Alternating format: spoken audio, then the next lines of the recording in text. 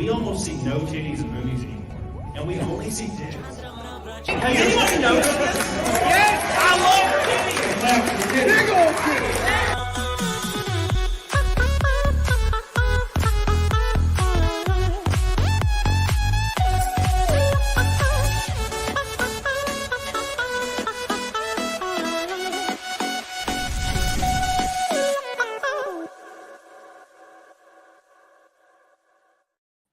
I hope I made you guys in the chat wait long enough, because that's always the plan.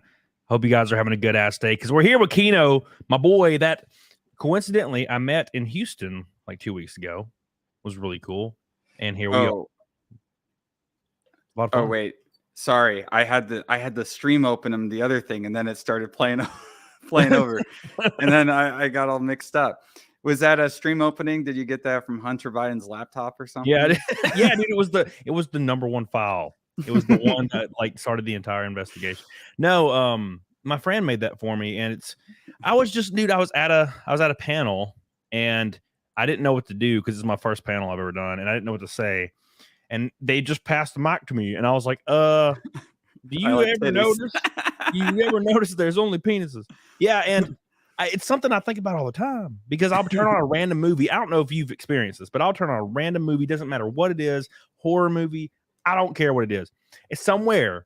It's just like nonchalantly, like a dude like will like change or something, and it's just flaccid penis is just in front of you.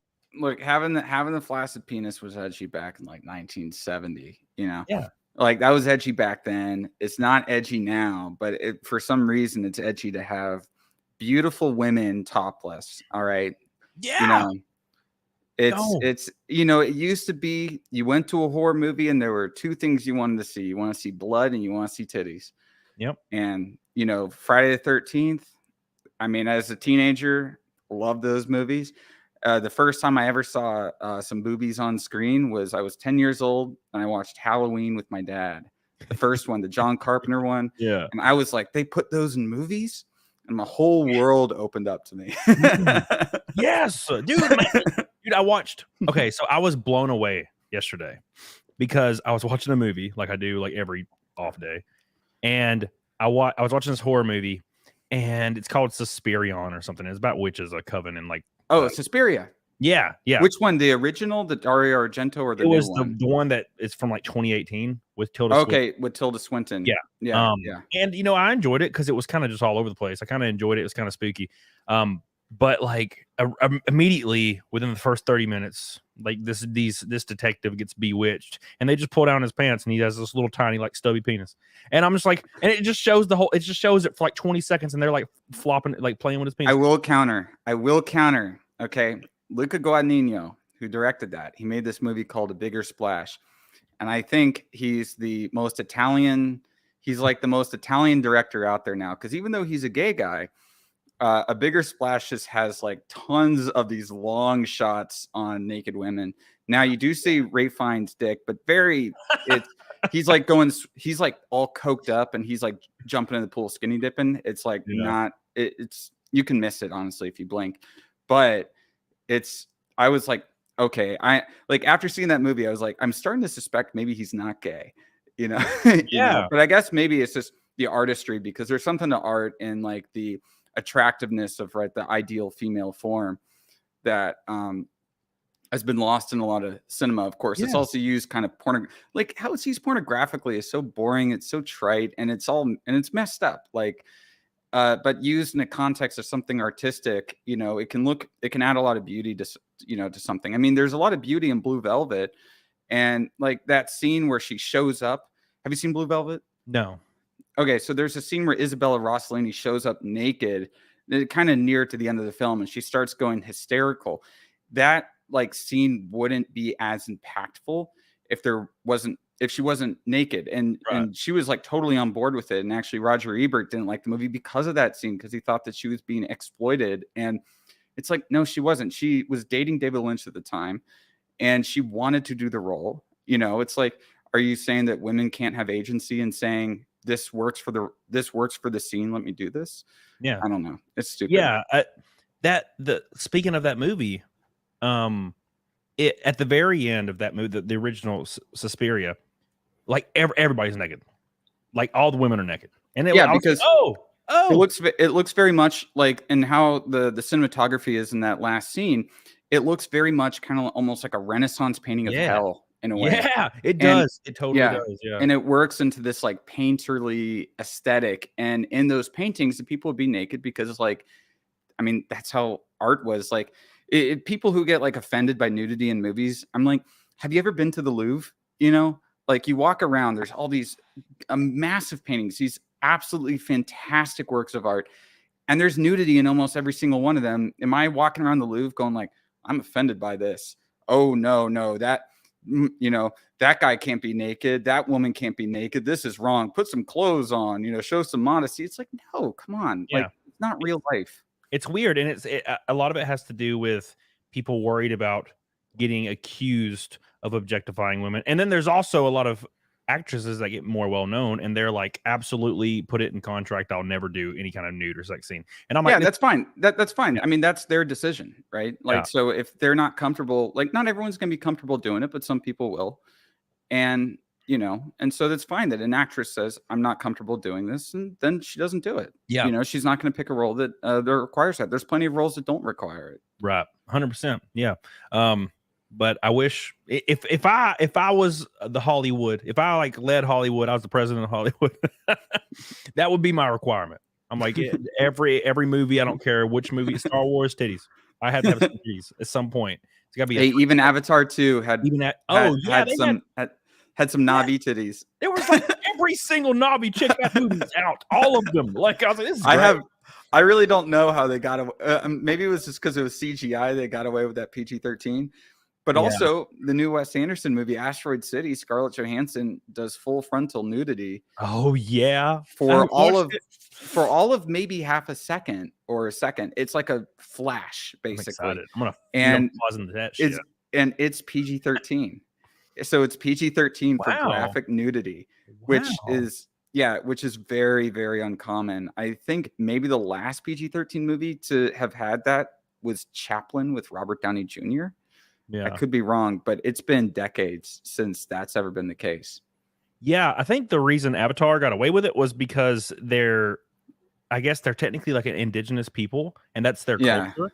So like maybe that's why. It's like how National Geographic can show like documentaries about tribal peoples on TV. Yeah, and their boobs are everywhere. Yeah, exactly. It's just nothing but boobs. It's like the titty tribe. And they're just all like, and they're like got things hanging from them, and they're like dragging the ground and shit. So I'm like, damn, a lot of damn titty. Speaking of a lot of titty, real quick, my boy Billy Hatcher, right when the stream started, dropped a fat, delicious pink boy on my face. Look at this man right here, my boy. I appreciate you, dude. I love you, Billy. Somebody tell me in chat how many naked snakes are we up to, because I think it's 204 or 205. I don't remember. I know a lot of you are here Monday, so let me know before I move forward on that. And X-Wing, my boy, I was just watching your show with Jay 2 seconds ago, said I'm on a scale of 1 to Gal Gadot. What? Are you saying? I actually just learned recently that her last name is pronounced Gadot. That you pronounce the T. Yeah, I kept change that. I thought that you pronounce it like the French way, Gadot, but no, it's Gadot, supposedly. Gadot. What a goof. Thank you, X-Wing. I love you, dude. First, Orange Boy. Fight Milk. Oh God, we just started the show. We're like a 10th of the way. Almost a 10th of the way. Thank you, my friend. By the way, like the stream, X-Wing. Stop being a bitch. Thank you. I did just drink a massive protein shake right before this, so yeah, maybe I am there. Yeah, same. I drank. There's some at my gym. I don't even know what they're called, but right before I get on the Stairmaster for like 15 minutes, I'll drink a freaking big, fat, delicious one. And they're so tasty because I used to buy it. I used to buy tubs. Yeah, that's what I got. I lose them. And like, I remember I went to my Mustang. I drive my Mustang like once every 2 months. And it's like a 5.0. It's like a older 5.0. And I'll like go and like open it, and there's just 3 tubs of protein. I'm like, oops, there they all are. Yeah, the good thing at my work, so we have a gym at my office, and so we just have tubs of protein everywhere. I like mixing up with chocolate milk and bananas and just putting as much. That is tasty. That's really good. We're doing shoulder presses today, so now my like, I'm Yeah, we do That's it what I'm- 5 days a week. I've been doing that for months now. Hell yeah, dude. Awesome. That's good to hear. Yeah.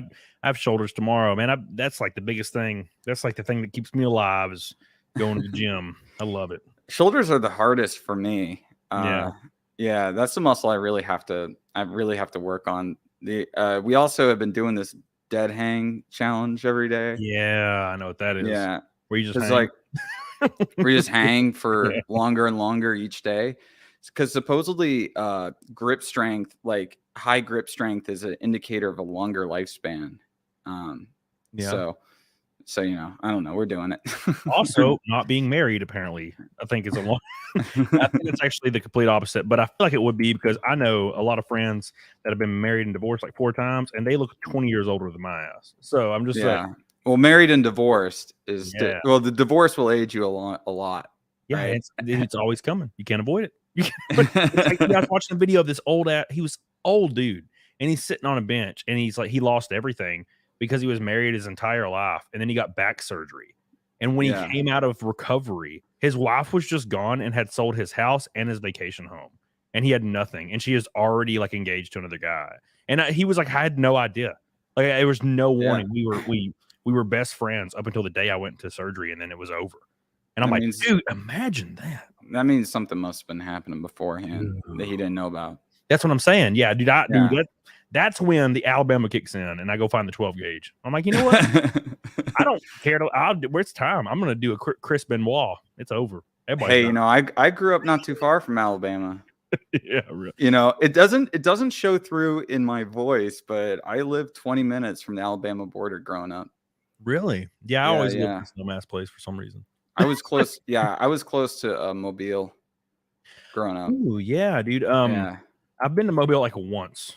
Ever. Yeah, it's not a great city. Pensacola is a lot better. That's where I live. Pensacola is way better.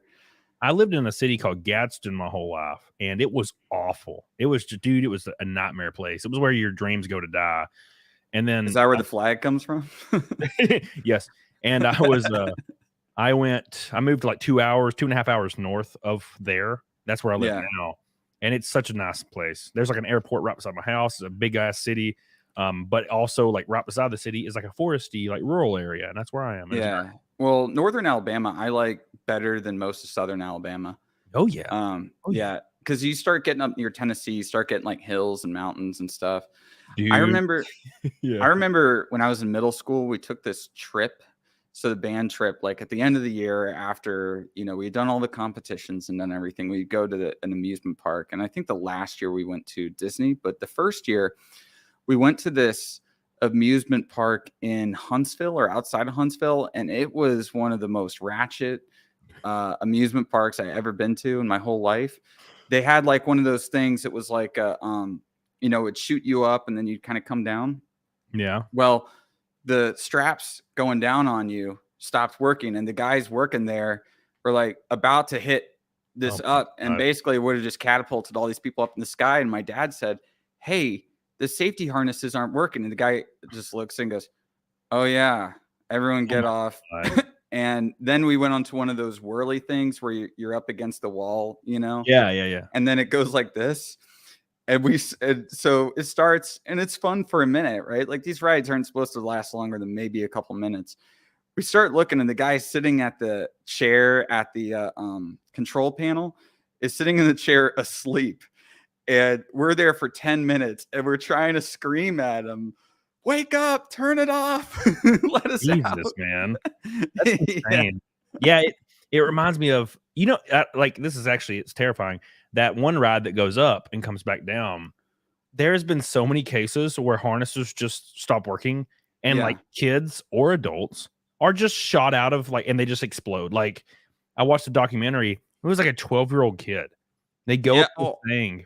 And was he the one that was kind of overweight and didn't go all the way under him? No, I think he was kind of normal looking. There was another kid that was definitely overweight, but this was like 10 years ago, 15 years ago. Kid, it goes down, and the kid, it stops, and the kid just keeps going and just splats. And like his head, he hits the ground head first, and his head just explodes like a water. And I'm like, wow. And then there was the kid that was like last year. It's like the big kid. They Yeah, I remember flew that. right out, and you could hear it. It was on camera. You could hear the splat, and you're like, Yeah, that was. I mean, it's always so sad, and I just for those kinds of rides, for one, I don't trust kids to go on them, but also the only one I would actually trust to go on would be at like Universal Studios. yeah, Because they have way more safety precautions on all their rides than like these random theme parks or even Six Flags. Like there's plenty of like these parks that are kind of in disrepair, or they have people that don't really care so much about the rides, and it's I don't like.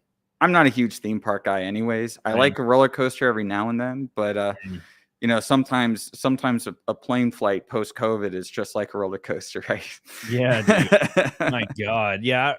I went to Universal Studios last year and then rode like 2 roller coasters, and they were kind of just baby roller coasters. They were fun. They were more for the experience, like the theater experience. And then I rode this coaster called the Velosa coaster. I think it was called that. It's like the Jurassic World roller coaster. And it was wild. Is that the one where it has a huge splash zone? I don't remember. Or did they put a new one? I haven't been there since It's like literally. okay. Oh! I haven't been to a theme park since I was probably 13. So 16 years I haven't been to a theme park. So it's probably, and the last one I went, the last time I was at Universal Studios, they were still building the Harry Potter land. So that's how long it's been. Yeah. So I went, Harry Potter. I went to Harry Potter land as well. And I remember my friend Ashton was there. A lot of people in the chat will know who that is. And this girl basically almost starts crying because she was too afraid to go on the Velocicoaster. And I called her a bitch. And then she was real mad that I called her bitch. And it was hilarious. It was such a great ride. But yeah, again, I never go to theme parks. That was like a rare occasion, because if it was up to me, I would never go to one, because I mean, although they're fun, why the hell would I go to one? I got things to do. Well, the thing about theme parks is that you go there for the coasters, but you stay for the lines. Yeah. And the really bad food. Although Universal, man, I got drunk. I was getting Jack and Cokes, man.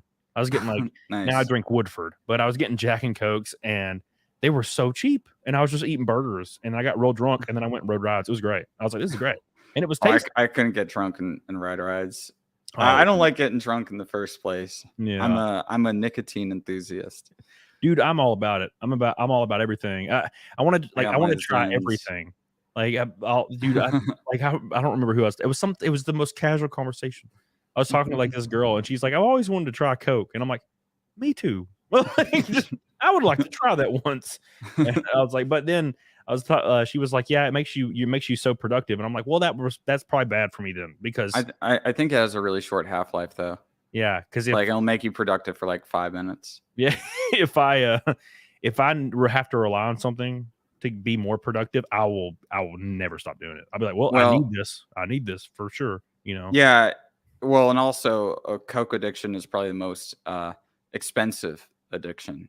I remember Dennis Hopper said that he was addicted to Coke only because he was an alcoholic back in the day. He would wake up and start drinking at like 9 a.m, and then by 1 he'd be trashed. So he would do Coke because it would sober him up, so he could continue drinking.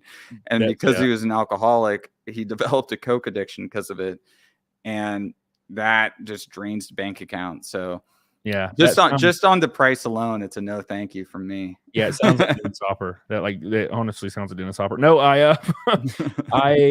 race professionally, and I started driving other teams' cars, which is the greatest thing that's ever happened. Mm-hmm. If you're, I'm sure you've seen NASCAR before. It's very similar. Yeah. And we race all over the country, and I was funding it myself. Like, I have my own car, I'm buying tires, I maintenance everything myself, and it's unfathomably expensive. Oh, I bet, yeah. And then I blew my engine at one race, and then I put a new engine in, and immediately blew it as well. Oof. And I was so burnt out. And then a team contacted me to race for like half the season with them. And then I did well enough to where another team contacted me, which is running even faster cars. We finished 4th last race in that car, in one of their cars. So now I'm just racing for other teams, and I fly in Like I fly in on a plane and I just get in a car and drive it and then I fly back home. It's the greatest shit in the world. Yeah, when you don't have to do the maintenance, you know, it's a lot easier. It's so much cheaper, dude. So much. And speaking of being cheaper, Neanderthal in the chat is back, son, with a $50 super chat, my boy. Dude, I saw you in that other show and I was like, this motherfucker don't come to my show and say hi. Because he used to be on my show all the time and I didn't wear my Fallout thing. Speaking of Pink Boys, we were third in the entire country yesterday in super chats, boys. I saw that. Yeah, third. That is insane. Yeah, you beat out Sam. Yeah. Now, granted, I had Zia on and her boobies are really big, so it helps. She got really big, nice boobies. But yeah, I appreciate that, guys. And it is official September 2nd. If you're in North Carolina, I'll be at the beach, Jacksonville, North Carolina, racing at New River All-American Speedway for that same Showtime Motorsports team. So make sure if you're around there, come to the race. We can hang out. It'll be a lot of fun. Neanderthal, I love you, dude. I appreciate you. And Art the Clown says, want to try DMT? I know someone, and it's legal in certain places, believe it or not. What is DMT exactly? No, I'm thinking of Molly. I'm not interested in seeing those machine elves, okay? What does it mean? But it's the Clown. That's nice. I liked Terrifier. It's awesome, isn't it? Yeah, Terrifier was cool. Dude, Zia, on my Monday, so Zia said she didn't like it. And I was like, how could you say this to me? It was so great. I mean, maybe it's like definitely for like dudes, but I mean, like I loved like the over the top gore and Terrifier too. That whole like bedroom scene where he just keeps coming in with more shit. Yeah. Like I was laughing, like it was gory and it was disgusting, but it was also funny. And you're just like, it was like slapsticky in that he just kept coming back like with more stuff. And you're like, what? Like, how is this still going? It was almost like a Family Guy gag. Yeah, dude. David Howard Thorne plays Art the Clown. And I think he lives in my city. And I used to talk to, and I talked to her all the time, the girl that played the black hair girl, Jenna. Yeah. I used to talk to her all the time in real life, way back in the day. Like when I was like 26, we'd talk all the time. And then she got famous and she left. Yeah. Because I had a crush on her back in the day, like back when she was around. But yeah, no, unfortunately, many such cases. Yeah, unfortunately, it was over. I couldn't compete with the famous people and all the studio executives that were like, "Hey, bro, like, I'll put you in this Marvel movie if you take your pants off." And I can't offer a Marvel role. All I can offer is unconditional love and support. Kino, that's all I got. Hey, they need to put me in a Marvel movie. I'll be the guy. I'll be the evil man that actually kills all the Avengers and ends it once and for all. Yeah, dude, that'd be great. I'll be like, this is the end, guys. I just look at the camera. It's over. You thought it was over when Thanos snapped his fingers, but it's actually over now. I pressed a button that ended all their contracts. And it could be like the Joker scene from at the end. When he's like on live, he's live on TV, and he's like, "You get what you fucking deserve." Yeah, you blowing actors away. That would be wild. Unreleased footage, just fucking Chris Hemsworth running like with his leg gone. It's just a movie where I'm playing like a Travis Bickle character, like I'm a taxi driver and everything, and I'm kind of obsessed with the Avengers, and they're all going on this like this TV talk show, and and it's like when I have the mohawk and then I'm all up, amped up on amphetamines like it was at the end of Taxi Driver. I go in there wearing I actually have the Taxi Driver shirt, like that Vietnam jacket that they wore. I have a couple of them actually that I sometimes wear around when I want to just like, act like a weirdo when I'm out with my friends. And I would just show up, go full on Taxi Driver on all of them in one place. I would just end the MCU. It needs to stop. Dude, for the love of God, stop bringing out another Marvel movie where a guy gets powers and he awkwardly fumbles through the air as he's flying when he learns, and then like he has this uncle or other friend that's stupid yet is also a computer genius for some reason. And dude, I'm just tired.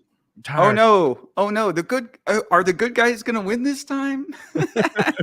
But you know what? I did watch a show that I did like. I did watch a cape shit show that I did like. I did enjoy it. It was called Invincible. Oh, dude, I was literally about to say that. You stole my words because I was like, what is he gonna say? He's gonna say The Boys because I'm gonna follow it up with Invincible, and you're like Invincible. I'm like, fuck. Yeah, So I great. did. I did great. like Invincible. I didn't like the girlfriend character, and when she came on, I would just like go back to like sending emails and like doing work and stuff. And when the scenes ended, I would go back to watching.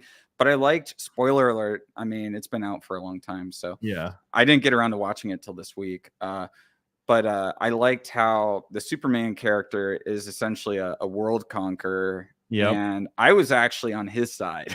Yeah, no, I was rooting for. I love Omni-Man. I'm like, dude, kill him all, please, God, please, just kill everyone, Omni-Man. I love this, and it's J.K. Simmons, so I can't help but root. Yeah, exactly. Like he has a lot of like J.K. Simmons just has so much charisma in everything he does. Yeah, even when he's like an Alex Jones ripoff in the Spider-Man movie. Yeah. What an amazing show, dude. They should have just got Alex to play in the Spider-Man movie. I mean, that would have been funnier though. Like the Spider-Man is working for the global elite. You're like, look, Spider-Man. I'm kind of retarded. Okay. Big shout out to Wicked Virtue, my girl. I love you, baby. I appreciate you. Slanging Nanners. Appreciate you for coming a member, dude. Love you. You're goated. I love your name. Oh, by the way, there's a guy in the chat. It's not a super chat or anything, but I had it about to pull up. What's his name? I might recognize him.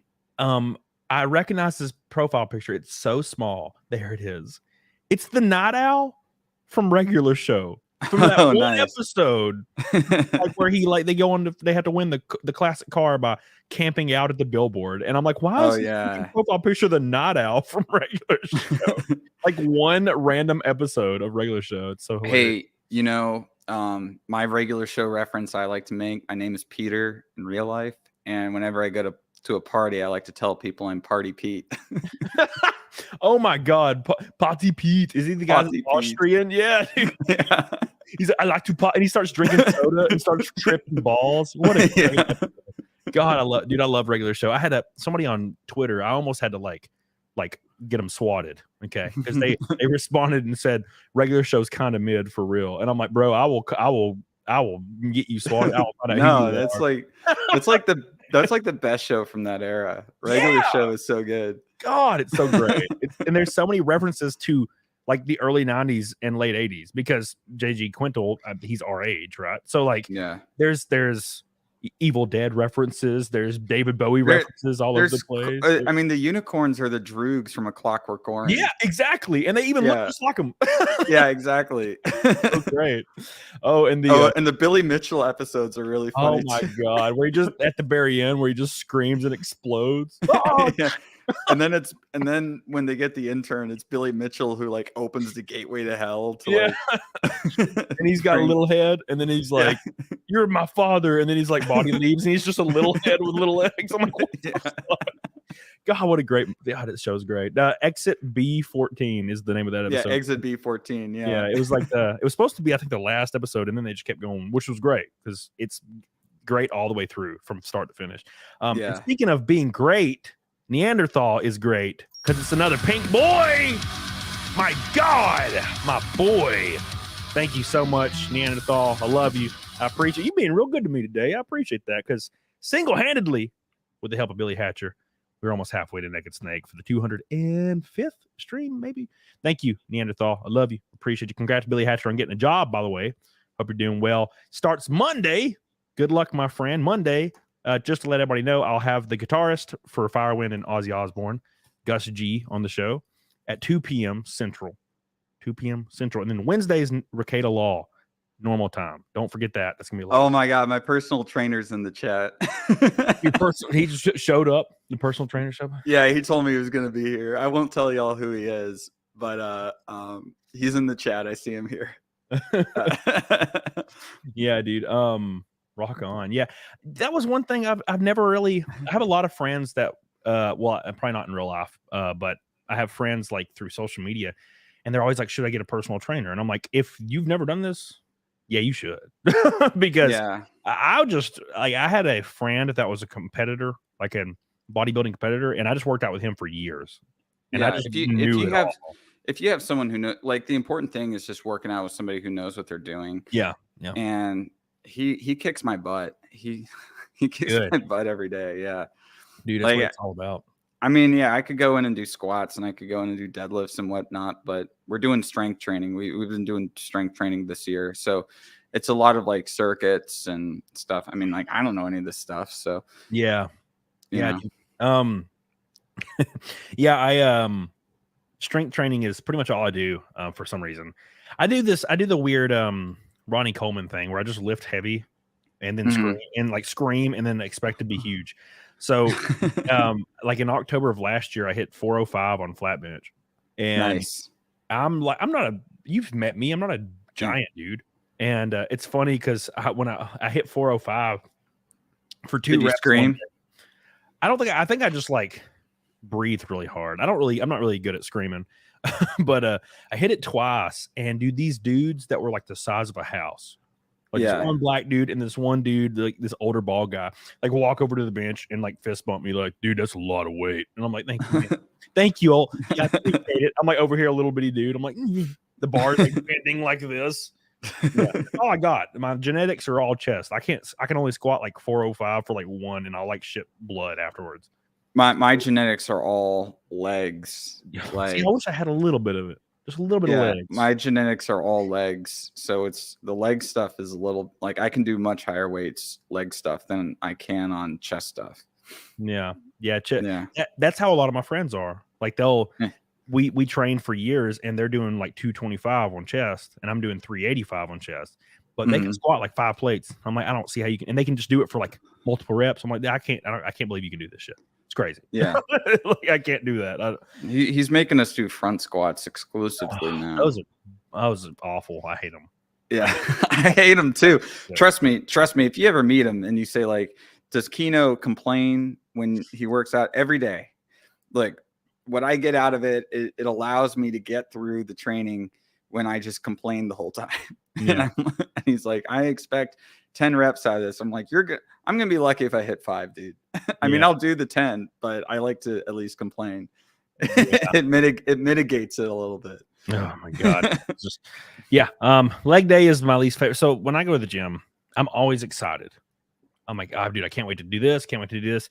If it's a leg day, all I want to do is get it over with. Because it's just excruciating. I do my squats. I do my due diligence. I'll do my 5 sets of squats. I'll get up to 385 for 3, and then go back down and do 12 225s, and then I'll do like 20 at 45, and then I do my ass stuff, my leg extensions. I'll do my kickbacks, deadlifts, and stuff like that. But dude, I cannot wait to be done. I just hate it. I fucking hate it. Do you like the Bulgarian split squats? No. No, all I am looking forward to is going back and doing chest or shoulders again. I remember my PT was like, we're doing a challenge day today, and we're starting off with Bulgarian split squats and going into deadlift. So as the drop set or as the super set, I was like, after that day, I don't think I could walk for, I don't know, maybe 30 minutes. It's like, when you're walking away and your legs just feel like jello and your head is all, just like nothing is in your head. Like I joke that I need a couple hours because after I work out, I lose a whole bunch of IQ points for about 2 hours. That second day after you've done legs, like dude, so, I have my house is on a hill, so I'm at the very, very top of this hill in my neighborhood. It's like a gated neighborhood. Yeah, and you come in it and you go all the way up this hill. My house is at the very top, and then I park in my driveway. Now, if I drive my Mustang, I park my Mustang at the end of the road because I don't feel like clogging up my driveway. And I have to walk up my driveway, which is like an incline like this, and then I walk up the sidewalk to my front door, which is an incline, and I get to the steps, and it's this massive brick staircase, and I have to go up it, and then. If I'm in a hurry to do YouTube like stuff, filming, studio, whatever, streaming, I'll put my passcode into my door, open my door, and then I have my main hall staircase, and it goes straight up. And I'm just like, my ass is screaming. I'm just like, I can barely make it up that bitch. It's rough. And then you just fall into your gaming chair. I realize why the old people I bought it from, because they had it built in 91, and they were like, so it's a newer house then, and they were 80. And they were selling it, and they were both super like short and skinny old people. And I'm like, I understand now because they had to walk up the bitch every day. Yeah. God, it is brutal, dude. It's brutal. So, yeah, that's basically my leg day. Is just come home. It's always brutal. Yeah, it's never good. And that's the thing is people don't understand is like people are like, I want to go to the gym, blah, blah, blah, blah, blah, blah, blah, and it's all this pussyfoot. And it's like, dude, go into the gym. Like, it's not fun. It'll get fun when you get into the culture and you start seeing progress and you start getting good form. But if it was easy, everybody would do it. The common phrase. Yeah. Right. I like to call our daily workouts the struggle sessions. Yeah, dude. Oh, the struggles. That reminds me of the spicy Reddit subreddit called the Struggle Snuggle. And I'm like, how is this not banned? It's literally just like freaking grape fantasy. I'm like, Jesus, how does this not exist? The Struggle Snuggle. It's a grapist. Yes. He's a grape. He's just a big old purple circle. Speaking of purple circles, Neanderthal hasn't stopped. The pink boys keep coming. My boy, if it wasn't for Neanderthal, this naked snake might not be happening because we are picking it up the steam. It says Camelot picks things up and puts them back down. That's for damn sure, especially women. Were you a fan of Wise Kids? You know? Oh yeah. Dude, I was devastated with my boy. God. That's one of, I think, the saddest I've ever been at a celebrity death. Yeah. Him and David Bowie were the big ones for me. David Bowie broke my heart. Black Star came out, right? Like a week before. Yeah. Killed me. And I remember listening to him be like, oh, this is so awesome. Like, this is an awesome album. And then David Bowie died like right after. And I was like, oh my God, this is absolutely terrible. But I felt the same with Trevor Moore because all the guys were getting back together, him and Zach and Darren and all those guys were getting back together to do another season of Wise Kids, and they'd been doing live streams talking about it. And their live streams were really funny. Like they just had like this energy between them that I could just listen to them talk to each other on and on and on. But recently as like a comfort thing, I've been rewatching those old episodes and my gosh, like nothing has been as funny as this in a long time. Like I really loved World Peace, but as far as like something that was showing on mainstream TV or mainstream movie has not been nearly as funny as Wise Kids, like, yeah, dude. Yeah. Comedy's been dead. Like comedy's been dead for years. It's so hard to find. And you think it's like, this is what I thought. I thought it was because I myself, maybe my taste have changed. And I actually went back and watched just a silly 90s movie. I forget what it was. It's called, what is it called? It's where Rob Schneider becomes a woman. Or he's like, his body gets put into a woman's body and he's having to act like a girl the whole time. Not The Animal. No, it's, anyways, I watched it recently. Rob Schneider is but I watched it, dude, and it was I was like, this is gonna be awful. Okay, I had a girl at my house, and I have like a movie theater in my house that I built, and dude, nice. I was excited, because I have a mother-in-law suite in my house, whatever the hell that is. So I was like, I don't need this bullshit. You want to keep your mother-in-law as far away from you as possible. So I just painted it stark black, and I put up a freaking projector screen the size of the wall, and I just have a giant like 4K projector. But anyways, I was the hot chick. Thank you, Lady Phoenix. The hot chick. I was watching that movie, and I was like, this is gonna age poorly, right? Because my taste had changed, dude. I was losing my shit every single scene, laughing my ass off, and I was like, I can't believe. Like, this is so good. Like, what happened? Why is this so like dude, every scene made me lose my shit. Dude, you know what movie was like that for me recently was Freddy Got Fingered. Oh my God. Yeah, dude, I was just in tears the entire time. I mean, it's so dumb, but it's so funny. I got you these jewels. They're the most expensive jewels. I didn't want any jewels. I just wanted to suck your cock. Do you really mean that?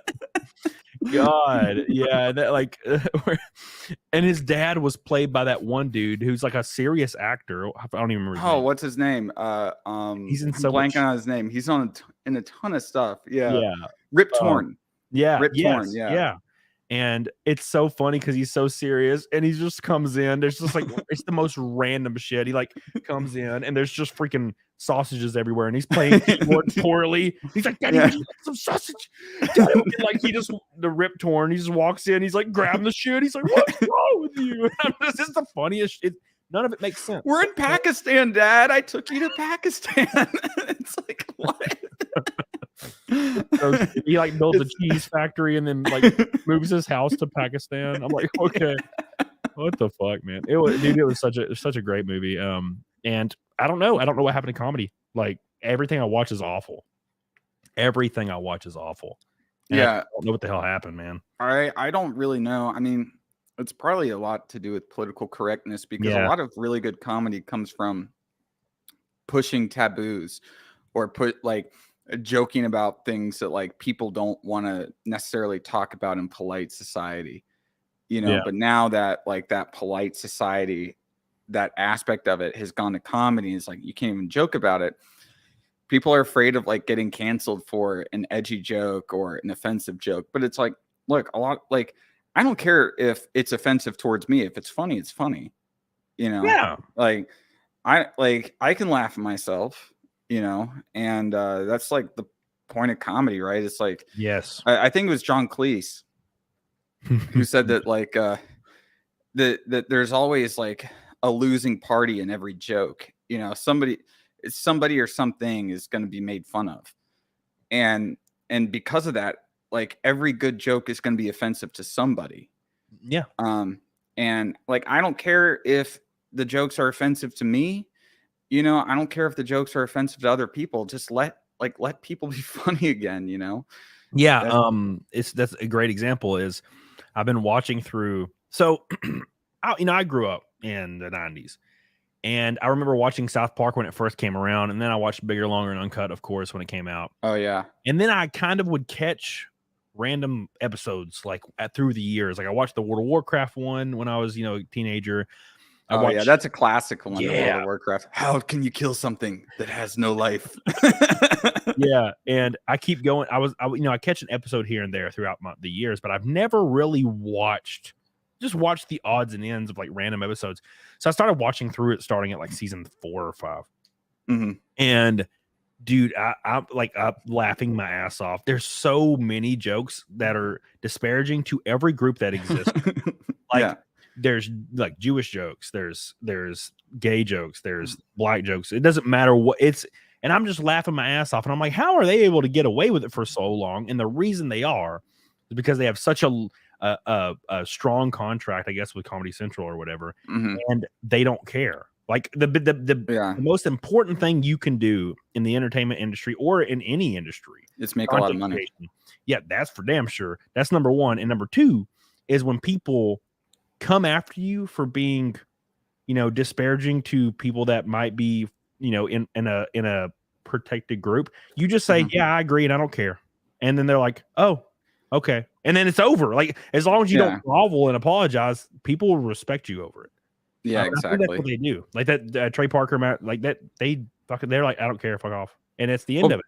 Well, people are saying like that stand up now is where the real comedy is, but I don't like the idea. So I don't like the idea of like, you're going into this enclosed space where you're allowed to laugh at offensive jokes. And then when you go outside of it, you can't like repeat those jokes. You can't like, it's like this is a little free speech zone and the rest of the country doesn't fall into that. It's like, no, it shouldn't be the case. Like if there's a good joke out of stand up, I should be able to say it to my friends. It shouldn't be like, well, I'm going to get in trouble if I repeat this joke that I laughed at. Obviously, by laughing at, I think it's funny, and maybe I want to share it because I think my friends would also think it's funny. And it's like, no, it's only in this little enclosed space that you can do that. And in movies, it's really affected movies the most. And TV shows, like I see these like ads for these modern TV shows, and they all look so unfunny and so boring. I just think to myself, like, who's watching this? Like, who's watching this show? I honestly don't know who the audience is.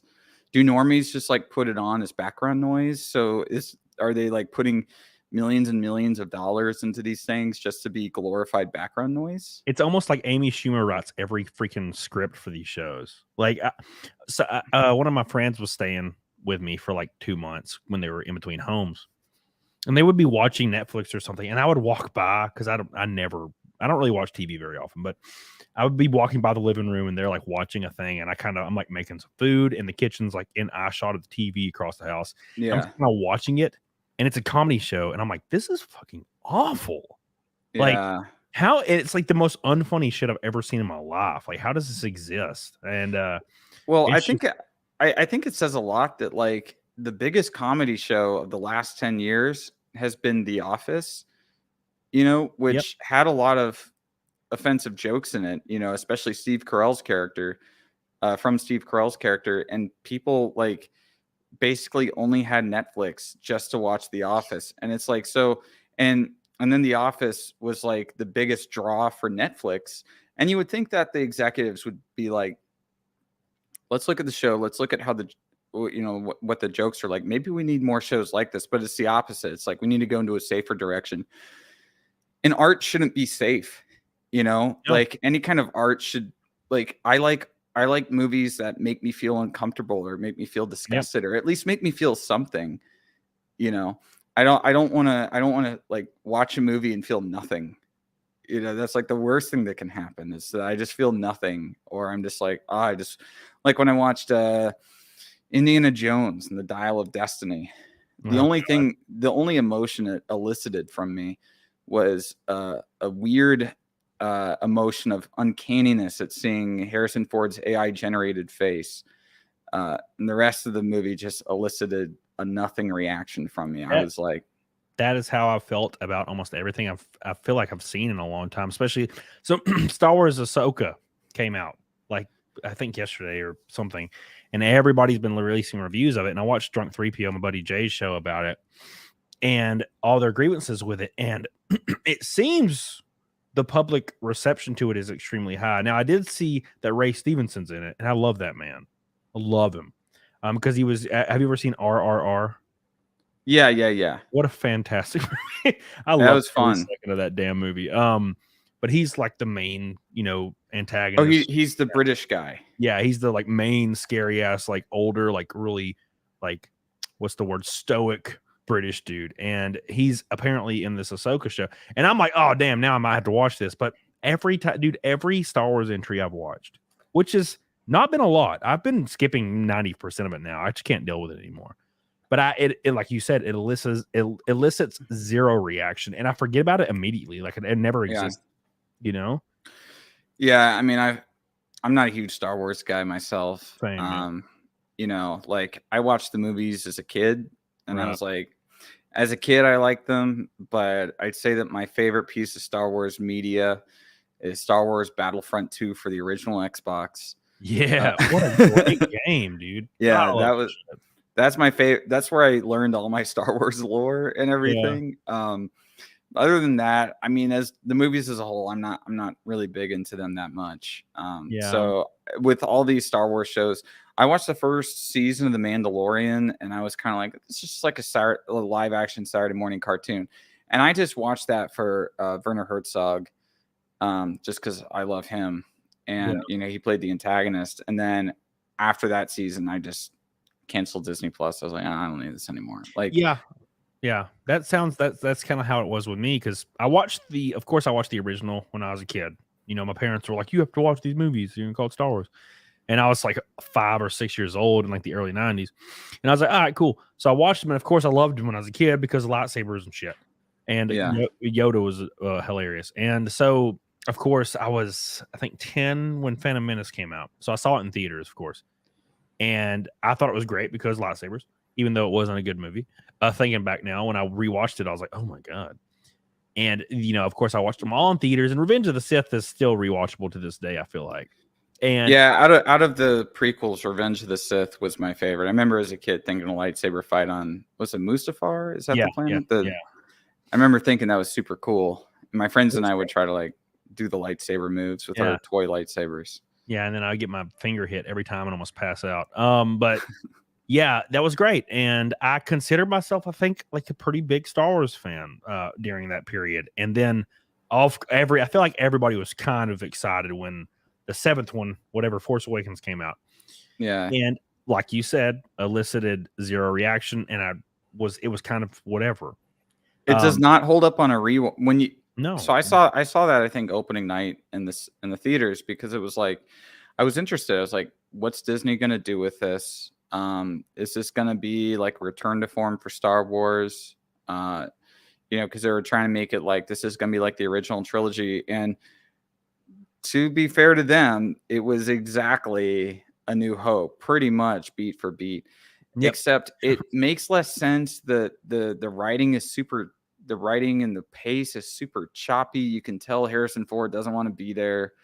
And it just had so many problems with it that I just didn't care for it. So I wasn't, when The Last Jedi came out, I think I watched it like a month or two after it released, because I just wasn't interested.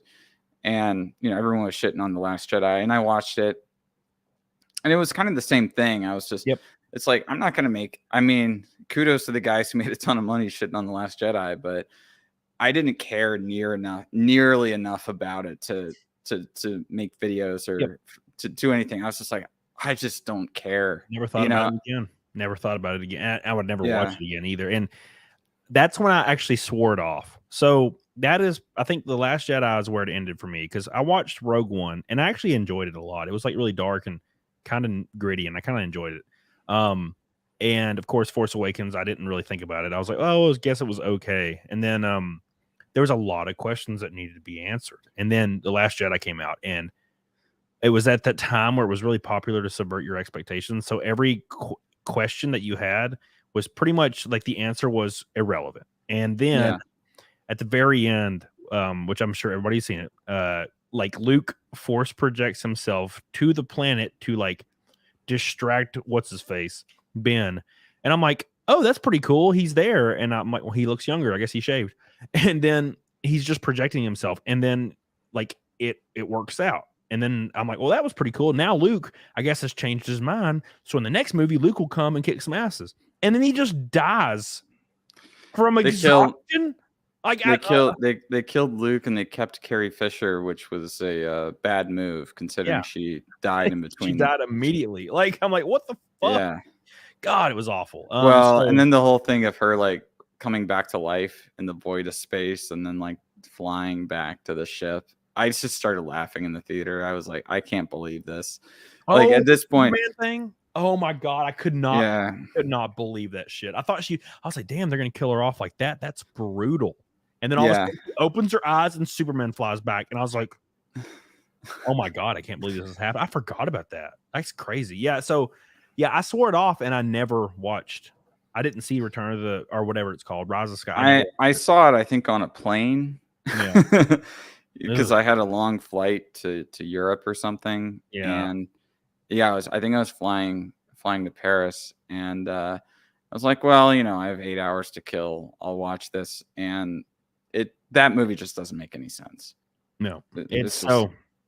That's pretty much where I swore off Star Wars. And then when the Obi-Wan show came out, I was like, oh God, an Obi-Wan show. And I love Ewan McGregor, man. And I watched the first 3 episodes, and I couldn't watch anymore. I was like, this is the worst thing I've seen in my life. I can't watch it. It's like they bought Star Wars for a few $1 billion, and they want to get all their money back out of it. But now they've been putting so much money into these Star Wars shows and these Marvel shows, and Disney Plus is now losing tons of subscribers, and they're already they've already been in the red. Yeah. I mean, their earnings call made it like Disney Plus is a money drain. Yep. And they put like Secret Invasion, I think, had a budget of $212 million, which is insane. Yeah. Like, I thought Family Guy was an expensive show because each episode is about $2 million. But when you look at that, that means that they're spending about, $50 million per season. That is less than a quarter of the cost of Secret Invasion. And at least they're showing it on TV where they get ad spots and they get the money back. On Disney Plus, they're just hoping to keep subscribers or gain subscribers, and it's not the same money. And I just don't see how you can justify having something with this high of a budget. It's like for $212 million, think of like all the more interesting things that you could have funded, and you could have so much more content on Disney Plus. Yep. But no, they're gonna put it all in on this one show, and it was like their least watched Marvel show. It almost makes me think, like from a conspiracy point, that they're these overinflated budgets, they're like skimming 90% of it and using the rest to fund the show, and they're just keeping the rest like somehow. I don't like, because these shows are so bad and the budgets keep getting more, and the Flash and all the like DCU movies were not actually accurately mentioning their budgets. They were actually like 50 million off. They were not actually like reporting their correct budgets. So those movies actually cost more to make. And this is at a time where Disney's already lost over $1 billion in just theatrical releases. $1 billion. Fucking, it's crazy. Yeah, and Indy didn't make any money. It lost a ton of money. Yep. They all do. Yeah. They all lose money. money. Little Mermaid lost money because that had a $250 million budget. I mean, it's crazy to think. Wow. I watching the movie, I'm like, where did this money go? And to think too that like Avatar 2 had the same budget. And the water graphics and everything looks so much better in Avatar 2. Like everything about it is so, like all the underwater stuff is so much better. And in Little Mermaid, it's all off. It's all weird. Yeah. And, also like, Little Mermaid also includes that really annoying Aquafina rap. Oh my god! Oh, dude! Oh, Jesus. Dude, I went up on Pop Culture Crisis, one of Tim Pool's shows. Yeah, and that was the week that Little Mermaid was releasing, and I remember texting Mary and saying like, "Hey, so what are we going to talk about?" And then she's like, "Oh, we're going to talk about the Little Mermaid," and I was like, "Oh, I haven't seen that yet." She goes, "Oh, so you're flying in today? We got you a ticket to watch it," and I was just like. Okay, well, if you're flying me out, the least I can do is watch this stupid movie. Yeah. I was on Friday Night Tots with Nerdrotic, and they were like, he was like, you have to go watch Guardians, and I was like, fuck, because I don't where nothing of note happens. Yeah, and I was like afraid. I was like, I don't want to watch a Marvel movie right now, man. But I went and watched it, and I thought it was all right. I could watch it, and it wasn't a devastation. I enjoyed whatever. Probably because I like Chris Pratt a lot, because I don't know. We've always had some kind of weird kindred connection. Roland New in the chat brings up something fun. He says, I was awestruck when Luke died. I couldn't believe it. I was born in 2000 and Star Wars was with me my whole life, and they literally killed it with The Last Jedi. And then we get Rise, Boba, and Kenobi. Dude, Roland, the craziest part about all that to me is there was a focus group or a set of people that greenlit Luke to just die of exhaustion at the end, just fall over. Like, he did not die honorably. Like, Obi dies in 4. He dies very honorably. He gives his life as so they could escape.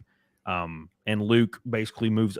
He just dies on alone on an island, and just, oh god, dude, I was so angry. And like I said, I wasn't even a Star Wars guy, and I was so angry. I was like, I can't believe shit.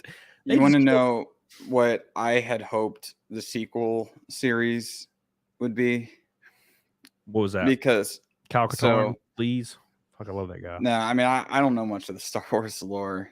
I was hoping that the rebels from the original series actually turn into a worse version of the Empire, and that like Leia is like a corrupt empress.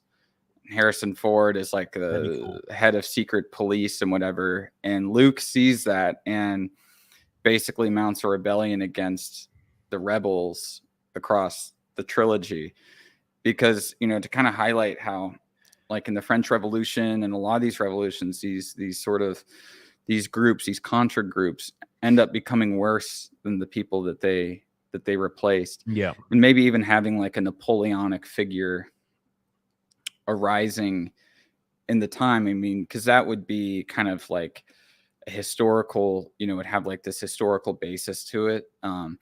And I think it would make it way more interesting as like a looking at the power of power and looking at how maybe the Empire wasn't as bad as they thought, and that they're worse to That's a replace great. them. You know what's crazy to me, man, is the fact that every time I have a discussion about Star Wars, like I was talking to Critical Drinker about it recently, and he's like, "Here's what I would do," and he like gives me his like layout for just off the top of his head how he would make Star Wars, how he would have done it, and it was like, I'm like, that is fucking 10 times better. Why didn't they do that? Why was it so bad? Like that's such a better idea, because what does absolute power do? It corrupts. So that would be such a great idea for Leia to be corrupt, for Han to be corrupt, and Luke has to go through this character arc to try to bring them to reason. And maybe it's through violence. Maybe there has to be some like tragedy right there at the end that brings them all together, like in the same mind space. But no, it was just garbage. Like I just don't know how it got greenlit. I'll never. Luke should have become like a Yukio Mishima figure. You know, even if he dies like Mishima by committing harakiri. Harakiri. Yeah, no, that's what I'm saying. It should have been the most like either A, offensive, or B, most honorable way you could go out. And they just didn't do either. Instead of him just like falling asleep. Yeah, and then now they're like, apparently the new trilogy is going to be about Rey again, and I'm like, dude, that is like the least popular character ever. Yeah. Why would you do that? And then John Boyega he said a year and a half, 2 years ago that he would never come back to Star Wars, and now like I guess he's not really getting much work, and so he's like, oh, you know what? For the right price, I'd come back. And I'm like, yeah, I bet you would. Damn you. Because you want to go on those media tours again because it was fun at the time, and then the movies were trash, and now you're like, I kind of want the $40 million paycheck. Like, you know what I'm saying? Like you get a lot. Like, hey, money's money. Speaking of $40 million and money being money, my boy Matt himself dropping. I guess it's just a pink boy now because every one of them's a pink boy. Matt himself, my boy. Thank you, my friend. I love you. He says super chats be slacking. That's because, so I said this before the stream. I even scheduled the stream. The debates, the GOP debates, and that like Trump thing was tonight. So we're gonna get wrecked. So I was already laying down the groundwork for people to understand that shit. I didn't even know that stuff was happening until me today. neither. Yeah. And then when I saw what was going on, I was like, oh, dude, I'm gonna get fucked. But he says, have either of you watched the Guardians? Yes. What about the new Transformers? Transformers sucked, of course. Too woke. Haven't seen Guardians yet. Like I said, I enjoy Guardians mainly because I like the arc with the little goofy animals being goofy and like adorable. I like. I didn't care for it too much. See, that's exactly where it seems like the opinions lie. So I was on F&T, and half the panel enjoyed the movie and half the panel didn't. The panel that enjoyed the movie, like the half the people that did, they were like, well, I love the animals. The animals were because dude, I love ferrets. I have 2 giant dogs, 2 cats. Dude, used to have a bunch of snakes. I love animals.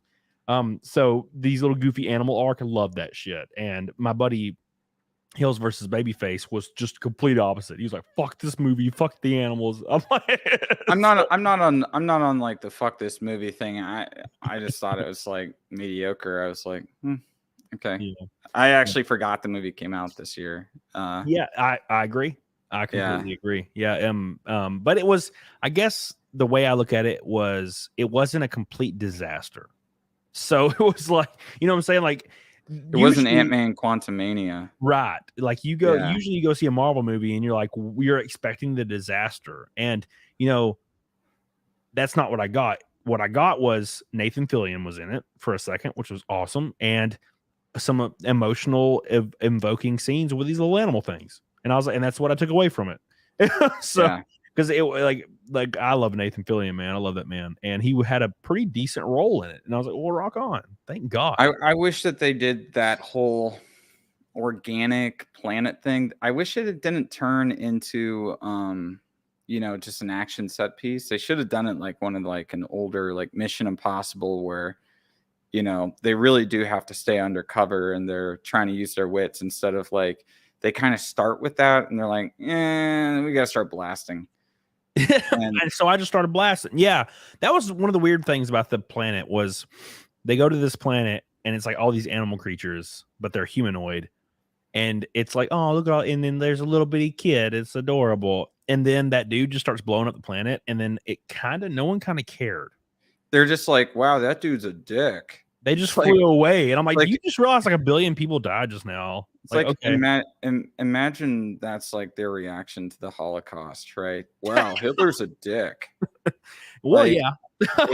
It's like it's like what an understatement. Like he just committed genocide, you know, he just like killed billions of people, and it's like a nothing thing. It's just an explosion set piece for the film. Yeah. That was the weirdest thing. And I didn't realize that until later. I took a girl to see it with me because like I'm trying to make two things happen at once.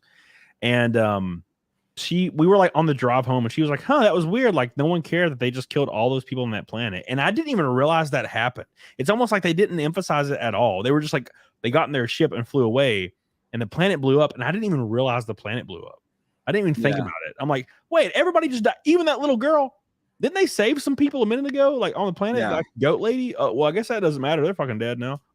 Yeah, rip, rest in peace. God, dude. Yeah, it's this kind of like portrayal of like I would much rather have a Gaspar Noé like Irreversible, where you have this brutal 8-minute rape scene that's like and this like guy getting his skull bashed in, and this very like brutal portrayal of violence where it really kind of shows you just how awful violence is, rather than like I think that's a more responsible way of portraying violence in films than just being like, this planet blew up, billions of people died, who cares, you know? It's like so desensitized to what's happening that it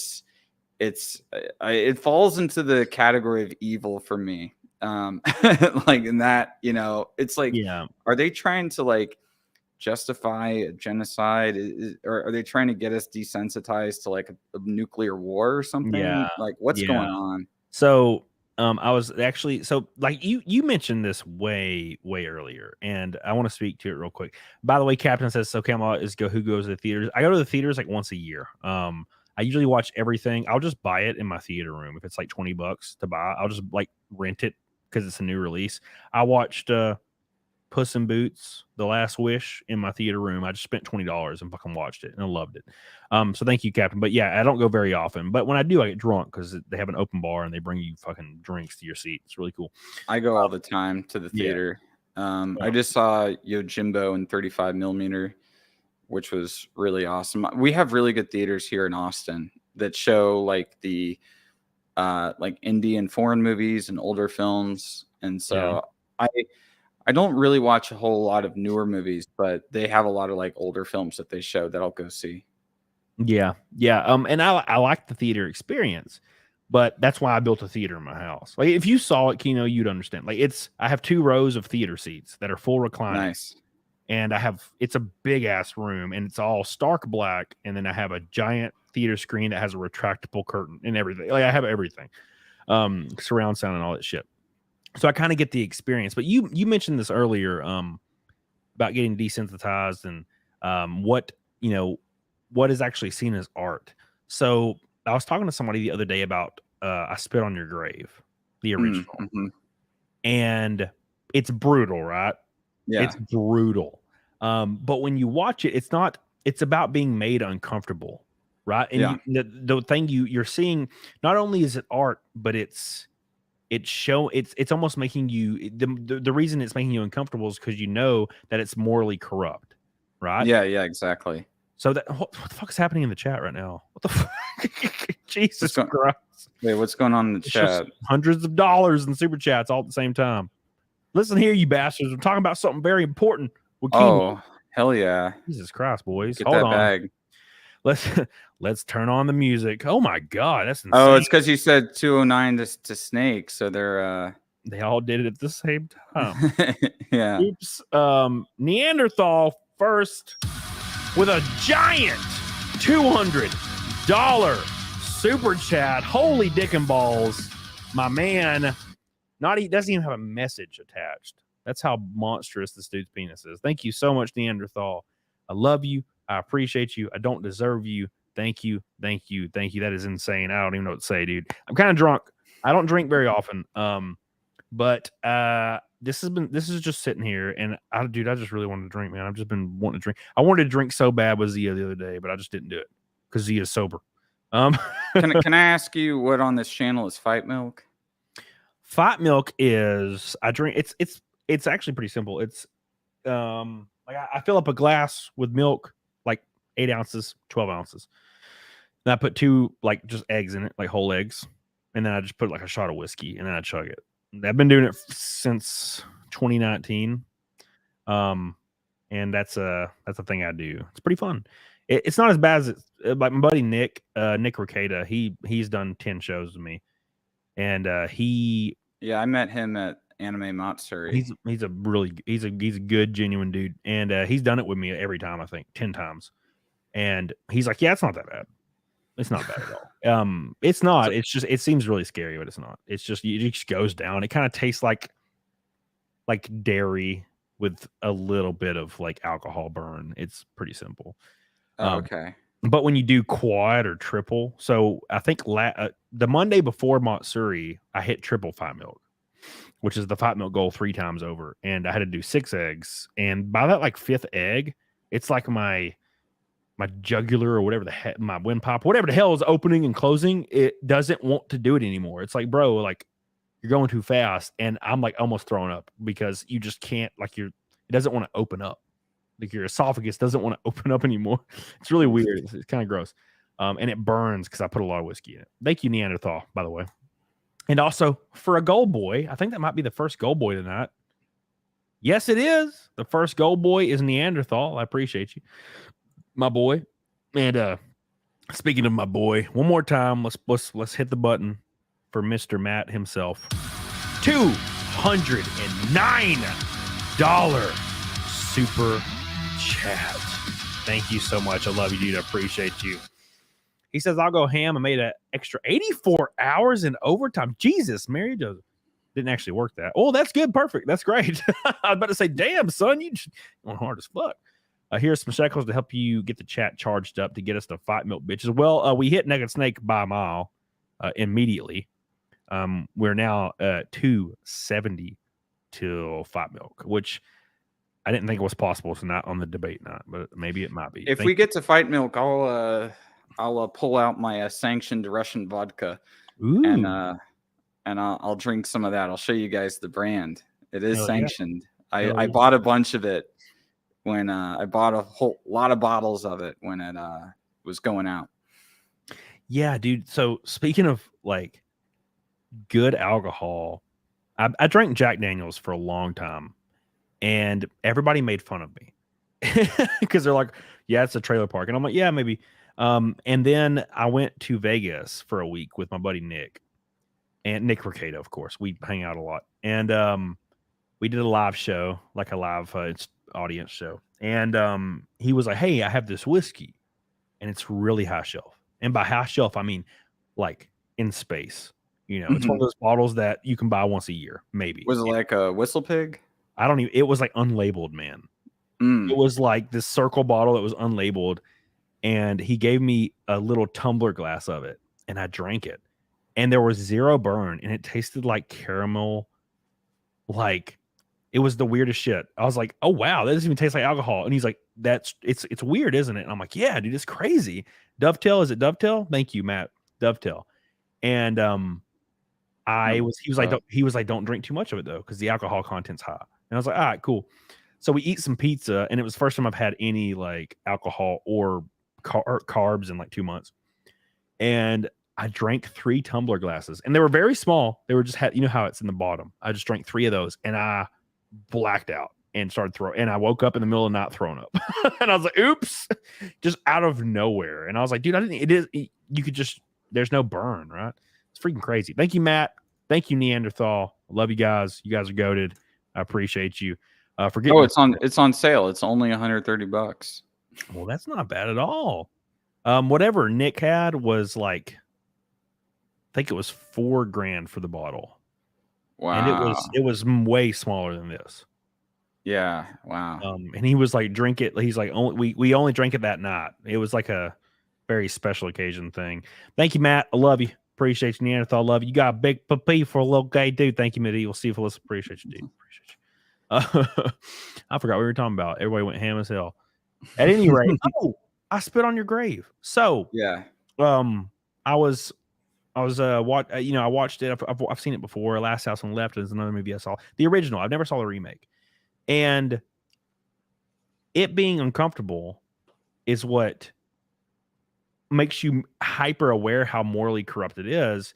But now movies are almost to the point where they don't want any of that stuff because it's like, well, it's objectifying or it's showing things that shouldn't be shown. And I'm like, the best way to bring awareness about it, because obviously the movies it's a movie, it's not real, It's fake. Yeah.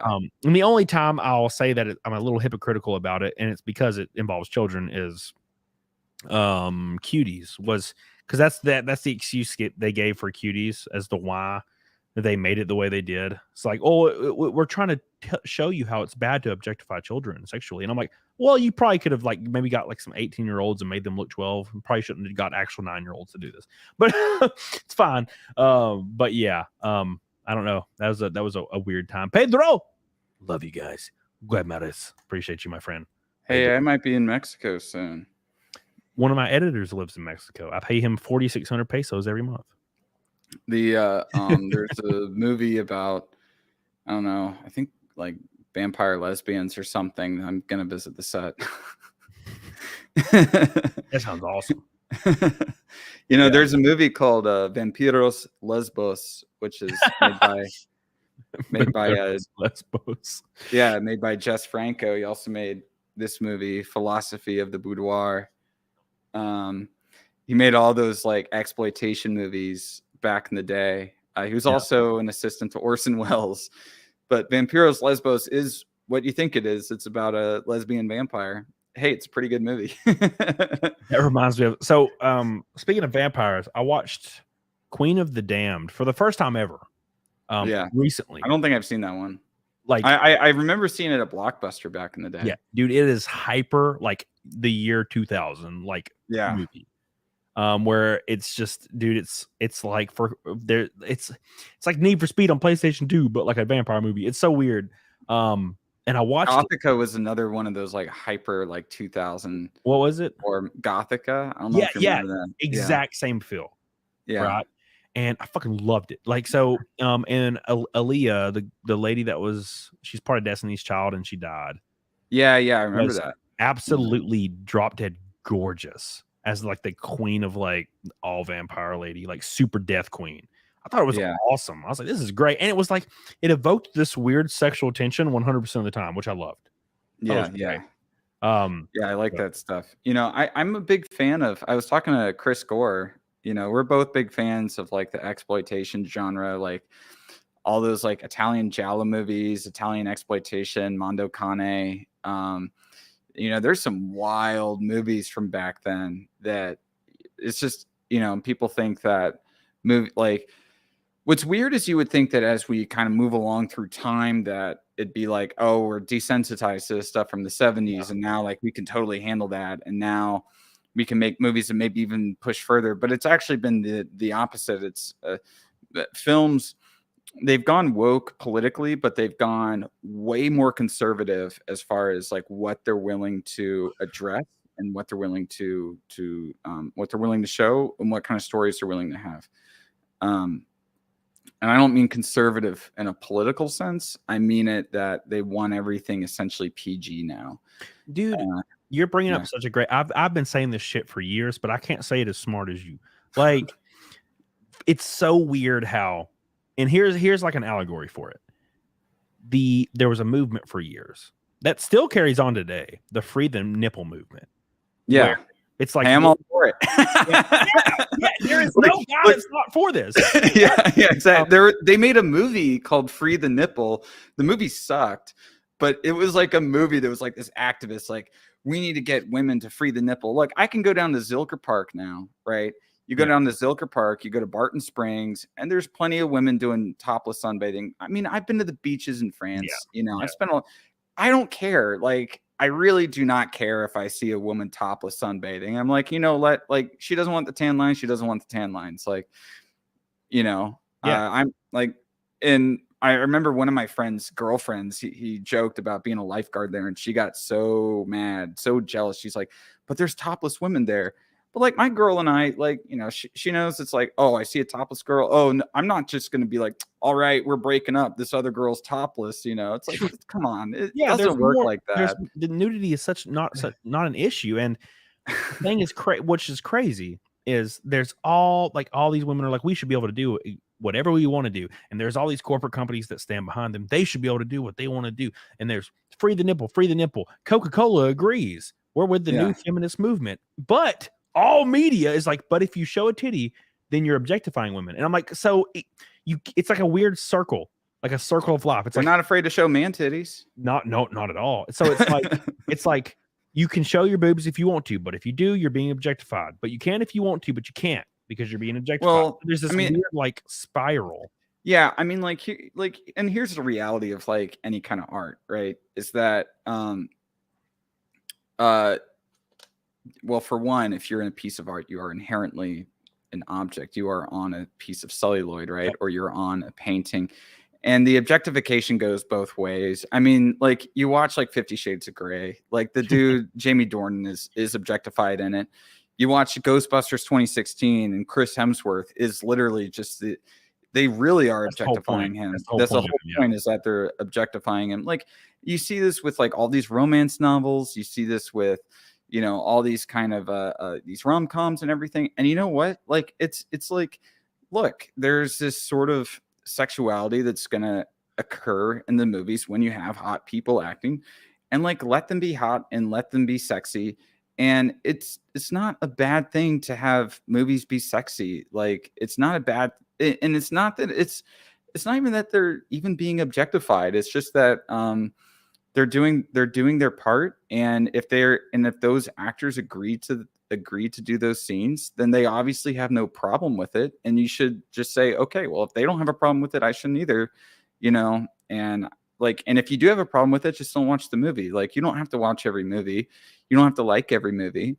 I sure as hell don't like every movie that I see. Most movies I watch is kind of going whatever. And if I didn't watch Cuties because I was like, I'm not watching this, I'm just not even going to subject myself to it. But it's like the objectification too is such an odd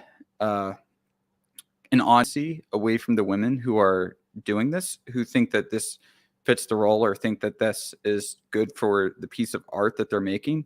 It takes the agency away from them, and it puts it onto this sort of faceless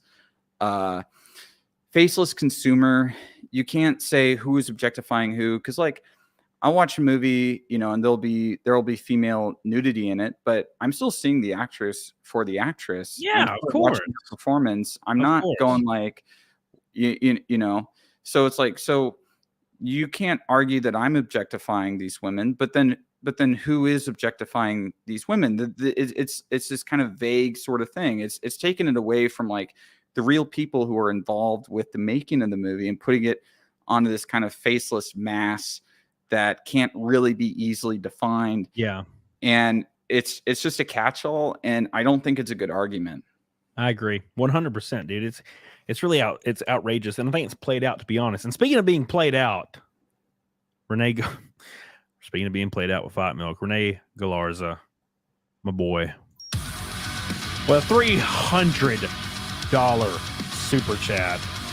Hey, it's because he's not paying taxes down there. See, you're not getting fucked in taxes like we are up here, man. Showing some Puerto Rican love. Yeah, those 4% Puerto Rican taxes really coming in clutch tonight. Damn, I don't know what the hell's going on. It's All Red right. Boys out the ass. All right, I'll be back in a sec. I'll bring some of my vodka. I don't got the Fight Club milk, but I'll join in. I'll show you my favorite kind of vodka. Awesome. You can't buy it in the States anymore, unfortunately. Awesome. But I opened it up to make a toast earlier this week to my boy Crip Daddy. May he rest in peace. Dude was a legend. He was a gem. He was super nice guy. You know, he was awesome, and he'll be missed by everyone. 100%. That was that dude could take any situation or any joke and roll with it. Such a witty dude. I was on a show with him a few months ago. Very unexpected, you know, because we had a lot of fun on that show. And yeah, and I've been producing this one movie that's going to be an edgy comedy. We have some big names attached to it. Can't really spill the deets, but it's about a kid who fakes a debilitating illness to get popular at school. Yeah. And so I was like, hey, we got to get Don in here. Like, he would be so good. Like, when he goes to the hospital and he's pretending to be a cripple, to have Don in that scene with him. Yeah. And so we cast him in the movie. I mean, only 2 weeks ago. That's wild. So I hit him up and I gave him all the details, and he was like, dude, this sounds fucking awesome. He's like, I am so excited. When I told him the stars who are like on board with this, he's like, dude, this is gonna like make my life. And I was, and so we were super excited for that. I think we're planning to shoot like later this year.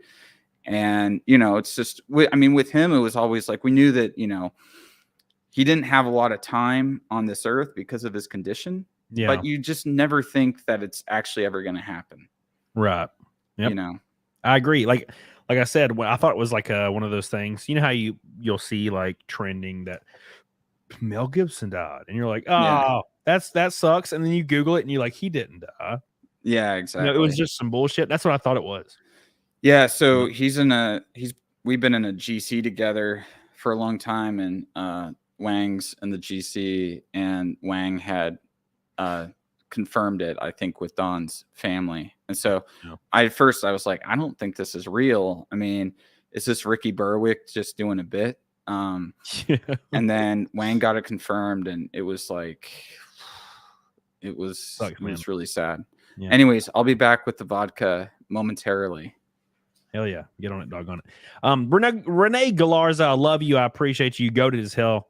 I don't deserve your love. I was not expecting to hit Fight Milk. I know a lot of you guys have come from the debates. I'm not super into politics, man. Although I do like to dive in every once in a while and talk about social stuff and maybe some physical stuff every once in a while. I'm not really interested in the people behind it. I hold a conspiracy theory that they have nothing to do with anything.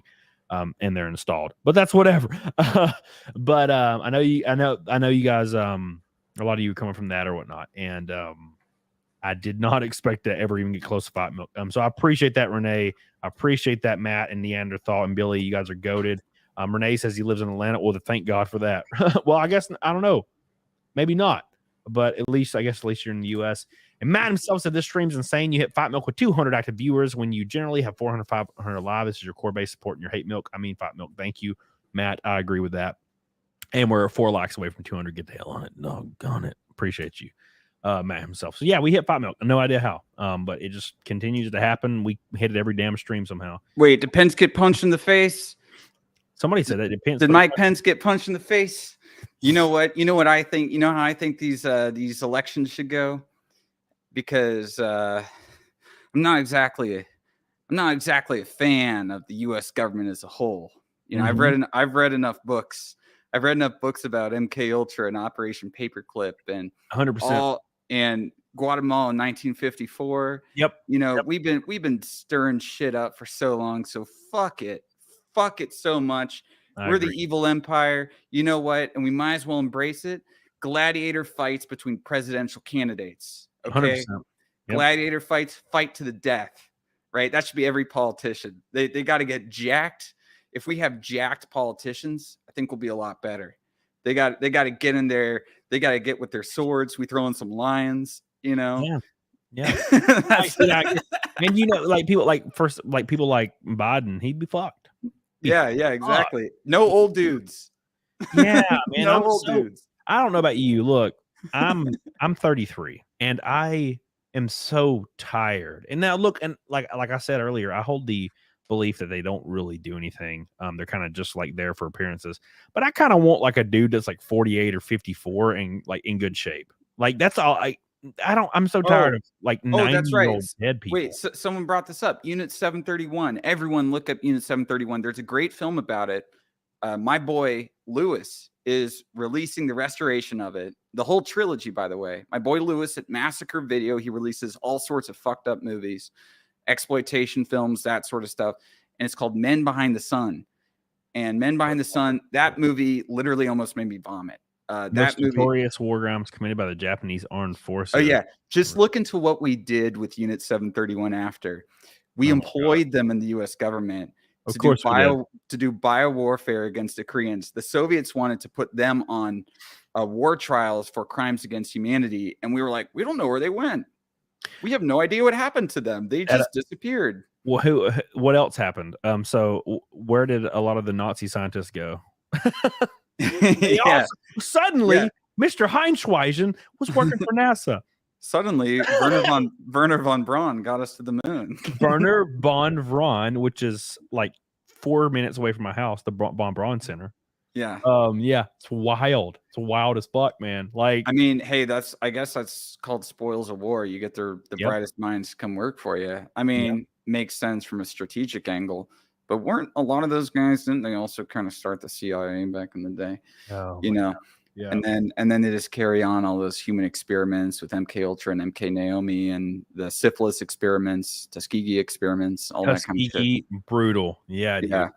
It's wild. Yeah. It's wild. So, and a lot of people are crazy. They get crazed because somehow, I find myself, just because I don't like toe the line, people call me alt-right a lot, and I'm not even a conservative. So people call me alt-right, and I'm fine. It's whatever. I don't really care. But the weird thing is if I'll say things disparaging against every like political party, and I guess that's not a good strategy because it makes everybody pissed off. Yeah, I'm just a hippie, man. I'm just a hippie. Like, my thing is peace and love. I agree. You know, and it's like, make movies, not war. That's my motto. Yep.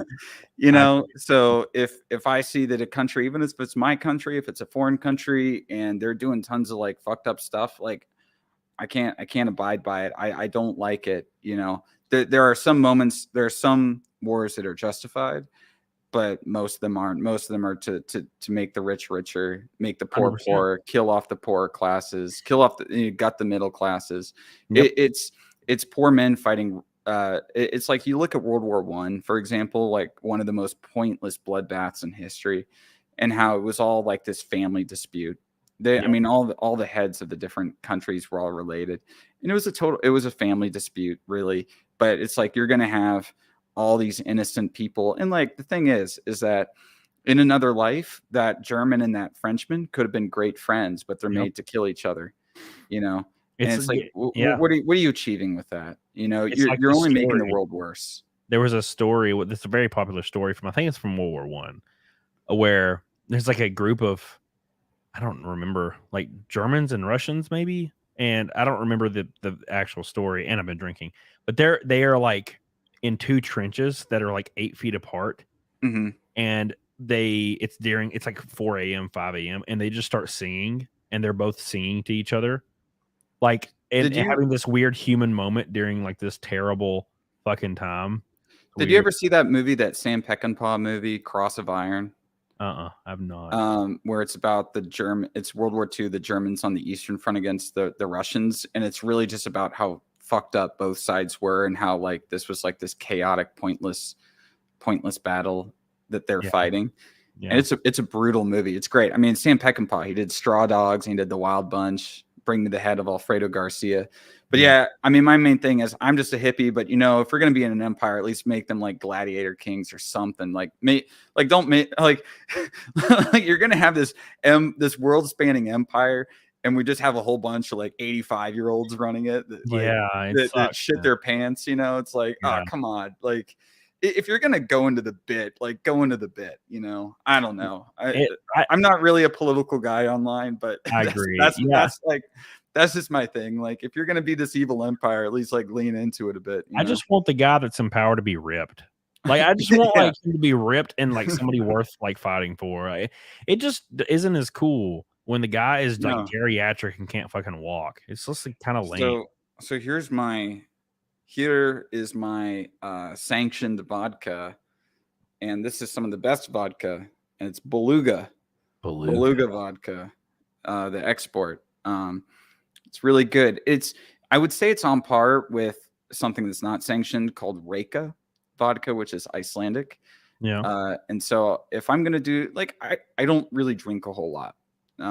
So like I've had like 4 bottles for forever, and I think I've only killed 1 in the last year and a half. Yeah. But I'll have some stuff. I mean, I didn't have any shot glass, so I just got a regular juice cup for this. But yeah, so I just been drinking from the thing, but I do for my Fight Milk. I have just the normal ass glass, but yeah, it's been very interesting time. AK guy for president. Yeah, I agree. That's Brendan Herrera. It's gonna be a lot of fun. Been trying to get him on the show, but yeah. Speaking of spirits, so I was just in El Salvador, and my buddy went out and bought some Salvadorian moonshine. Yeah, and he gave me a bit of it, and I tasted. I had a sip, and I was like, "Whoa, and I didn't want to get drunk this thing, at this party we're at. I was like, and I had a flight out the next morning, so I was like, I don't want to be hungover on the flight. I'm already like suffering a little bit from Montezuma's revenge, like I got to take this. I got to pace myself. He ended up drinking a lot of it, and man, he blacked out. He started throwing up everywhere. Oh God. And he was totally hungover the next day. Actually left all of his designer clothes back in El Salvador. And I was like, well, I'm really glad that I tasted the moonshine, so I could say that I tasted some Salvadorian moonshine from the sticks from the middle of nowhere, El Salvador. But I'm glad that I didn't drink a lot. He and my other friends killed an entire water bottle, like big water bottle of it, and I was like, I don't know you guys did that. Yeah, so I was in North Carolina one time. I went out there, and I just went out there for the beach. I needed a vacation really bad, and so I went out and hung out with this girl, and well, it was 2 girls I knew from North Carolina from the beach. Girl I used to go to my gym, and she moved to North Carolina like beaches, so I went and hung out with her for a week and her friend, and all we did was watch Lord of the Rings extended cuts, and we sat on the beach. But there was this guy. It was the weirdest shit, man. So there was this community. It's really cool how when you like leave areas and you discover new areas, how weirdly everything is laid out and how like humble it is. So we went to this area, and it was like a beachfront area, but it was like gated off, and there was all these little shacks. So everyone knew each other. It was like a very small knit community, and that's where they lived. And but they had a really nice place, and we would watch, at night we'd order a pizza from like an Italian joint, like a legit Italian joint, watch some Lord of the Rings extended, and the next day during the day we would go out, and everybody had a golf cart. It's one of those weird things. Oh yeah, was this in South Florida? No, this is in North Carolina. North Carolina. Okay, beaches in New Bern.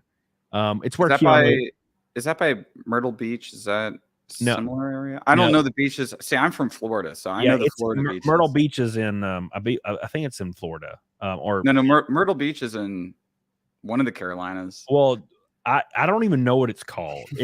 There's horses. There's wild horses that just run on like a random island off in the distance. So it was a really weird trip I went on. But so I went up there, and everybody had golf carts in this weird little area. So we get in this golf cart and go down, and there's just this old like Vietnam vet, and he's like this older guy, but he's like a surfer. He's like weird as fuck, and he's like, yeah, and he opens his fridge, and it's just filled to the brim with moonshine he's made, and we're drinking this moonshine, and it's like knocking me on my ass, bro. It was moonshine. It was knock you wild, on and then like it was these girls were the weirdest girls, and I got drunk, passed out. Woke up trying to watch Lord of the Rings, got up at 8 a.m. and like one of the girls' dads is like, hey, I'm gonna go out on my Cessna. You should come with me. And I'm like, what? Because her dad was there for some reason all of a sudden. Yeah. And I'm like, okay. And he's like, hey, come with me. And I'm like, okay. Hey, it's not drunk driving if you're flying. I had never met this old man. He just like walks into the room that I'm passed out in. And he's like, hey, get ready, we're going flying. And I'm like, okay. So I get in this truck with this old guy, and we go to this like hangar and get in a Cessna, and we take off, and we're flying over all these islands in North Carolina, and I'm freaking hungover. And he's like, all right, you're flying back to the airport. And I'm flying this little plane.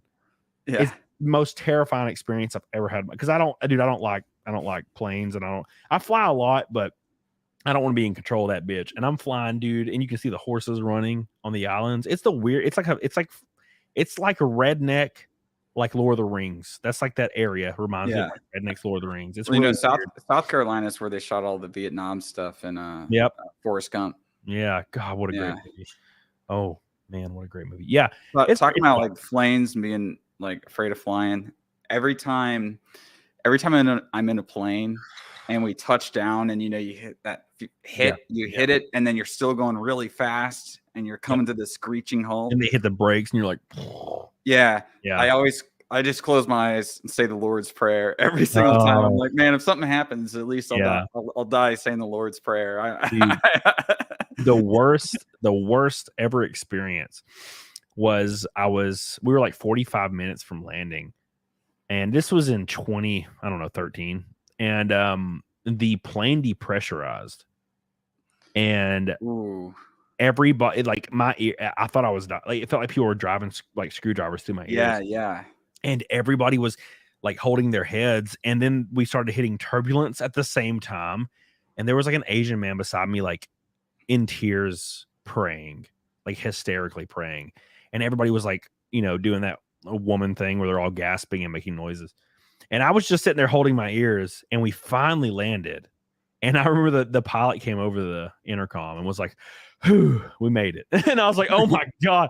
And I was about to throw up, and I like left the plane and went and sat on a bench for like 45 minutes, like laying down. It was like the worst experience. It was a brutal experience, man. Yeah. I've had some bad planes at one point, flying into Dallas, when I was going out to California to see my family. The controls caught fire, and then we had to spend like 30 minutes basically dumping gasoline before landing, and then had firefighters run in like while we were still in the plane. Yeah. But a funnier moment was one time, because my dad was Navy, so I was a Navy brat.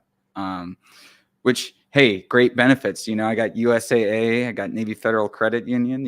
It's great stuff. But my dad's a doctor, and both my parents are, and but he was a doctor in the Navy, and so he'd been on ships for years. He'd been taking helicopters and everything from ship to ship.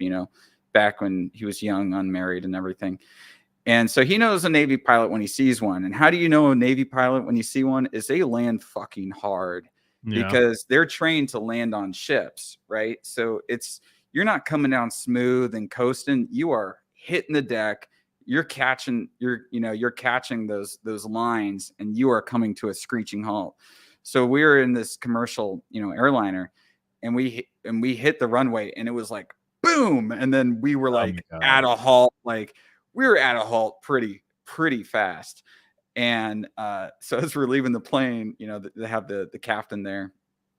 My dad walks up to him and says, "Hey, you Navy?" And the guy says, "How'd you know?" And my dad's like, "Just have a feeling." Wow. That's wild. Matt himself said he did a $5 Rumble rant, and it didn't. For some reason, Rumble's like chat's dead. Probably because all the debate stuff. Rumble's been really, I've been trying to, guys, go subscribe to me on Rumble. I think only 2 of my videos have come through so far. It's weird. It's weird right now. I've been just double posting and then deleting, because I have a Rumble partner, and I'll just send them the link and then delete whatever double post eventually happens like 2 weeks later. It's really weird. But Matt himself donated $5 on Rumble and said most amusement park rides are only inspected on a yearly interval at a 10% survey level, mostly just a visual inspection. This includes bolt, torque checks, and all. 10% yearly. Let that sink in. Rest in peace. That's pretty I ain't going to no theme parks anytime. Ain't gonna happen. So let me I'm gonna go get my milk and eggs for the fight milk times. All right, I'll talk to the chat while you're. We're gonna make Kino big ask Kino any questions you want in the chat. And I'll be back in like a minute and a half. So all right, guys, ask me those questions. I'm ready. And also, Kino, tell them where they can follow you at as well. Yeah, you can follow me on, you can follow me on YouTube. You can follow me on Twitter. I have a Rumble. I have an Odyssey. I mean, I really don't check my Odyssey. I just basically double upload to Odyssey as more as like a backup, just in case something gets taken down. I have a Patreon. I'll post like written reviews that don't make it to YouTube. I also post videos early on my Patreon. And for some videos where I talk about really edgy movies, I'll post the Kino cut on Patreon. So, I'll include like the violence and the boobies and the whatnot in my reviews that don't make it, unfortunately, into the YouTube version of things. It's the age restricted version, basically. Yeah, so that's where you can find me. You can find my channel is the Kino Corner. Kino, why are you gay? Why are you gay? It's classic. Didn't you interview Medicare? No. So I'm not Kino Casino. I actually had no idea. I had no idea who Kino Casino was until people were telling me in the chat if I was Kino Casino, but no, I haven't interviewed Medicare. I've interviewed some film directors. I interviewed Brett Morgan, who released a documentary last year called Moon Age Daydream. Great documentary on David Bowie. And I interviewed Eugene Kotlarenko, who made a film called Spree. He's just finished shooting another movie. Eugene's a pretty good friend. And hopefully maybe later this year, I'll have something with Charles Carroll from $1 Million Extreme. I've been talking about him getting on my Twin Peaks series I'm doing. The shades, you can thank my personal trainer. My personal trainer who was in the chat, he might still be in the chat, was like, bro, you got to wear these shades tonight. So I'm doing it for him. I normally don't even wear shades. Vodka and milk. What do you think about bringing back dueling? Hey, most people didn't die in duels. It's like if you basically got a cut, like if you got hit, it's pretty much the duel pretty much ended, right? So, I just think that, maybe not dueling, but maybe if two guys, are fighting over a girl and there's a way to kind of let their aggression get out and not like come to much harm, then, I think that might be good. Have you ever done anything on Elvis? No, I haven't done anything on Elvis. I liked the Elvis movie. I thought it was really fun. I thought it was really fun, but I haven't done anything on it. I'm doing a series on Twin Peaks right now. I'm going through episode by episode. I've been writing a ton like these. It's becoming a way bigger project than I anticipated. So I should be starting to release those in September. And I'm doing a video on Blue Velvet, and a video on a movie that released this year that was really good and not enough people watch, called Sick of Myself. It's actually a good like black comedy. Kino, where on the doll did the bad man touch you? Is it possible to point to the entire doll? The entire doll. All right. So, tell me something, because I was looking at your channel earlier. What is you have a lot of videos that are talking about a character profile that's described as literally me. What is literally me? Yeah. So, okay, a little bit of backstory here, but back in the day when I was a young man, on the 4chan boards, I like to go on TV a lot, /TV, and and it was kind of a meme there. I mean, so was like American Psycho was a big meme there, like check these dubs, and and kind of out of that like 4chan culture that I spent way too much time on as a young man was literally me. And they would talk about that, especially with like Drive and with American Psycho. Fight Club. There's some in the canon. Nightcrawler is literally me. So there are these movies, and so in my video, I think it's my biggest video on my channel, I tried to I try to kind of suss out like what's the connection here, like what connects all these movies, because Fight Club really isn't a whole lot like American Psycho, and that's not a whole lot like Drive, and that's not a whole lot like Blade Runner 2049 or Place Beyond the Pines. I mean, except they have Ryan Gosling, which I love Ryan Gosling, and it's not a whole lot like Nightcrawler or Buffalo 66 or like, you know, these movies. But why is it like, what about these movies? What about these characters really? Or Taxi Driver, you know, Taxi Driver might be like one of the first of the literally me genres, right? What connects all these movies? And what I kind of found out when I looked at the data, to quote Sam Hyde, wrong slide. Wrong. No, I probably watch 2070 Paradigm Shift once a month. Yeah. But anyways, when I looked at the data, I realized that what these movies were doing is they were explorations of male isolation, male loneliness, and the feeling of young men, especially, like all these movies concern young men, feeling like they've been left outside of society, and that they have, whether or not, like in Fight Club, right? He's kind of bought into this whole like vacuous consumerist society that's entirely meaningless, and this feminized society too, where he has to reclaim his masculinity with the Fight Club. You know, and with American Psycho, it's similar about like how he's a hollow husk of a human trying to fit into this consumer society while also hating it at the same time. Right. Drive, I think, you know, with that, it's more about it's more about the kind of Western hero in the modern era, and this kind of stoic attitude that a lot of men really kind of look towards. Like, we like men with these stoic attitudes. Like, that's why we love Clint Eastwood. You know, it's like Ryan Gosling was kind of channeling Clint Eastwood, or like 70s like Ryan O'Neal in that movie. I mean, the Driver or Drive is basically a kind of remake of The Driver with Ryan O'Neal. Yeah. And that was kind of a remake of Le Samurai with Alain Delon. So in that video, I was like more looking at kind of how this is a movie that's been kind of made several times over the decades. But it's these movies that really speak to these issues that I feel like are more ever present now in society, of men who feel like society doesn't want them anymore.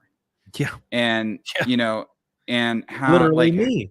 Yeah. How do they cope with that? You know, Right. Lou Bloom and Nightcrawler copes with that by completely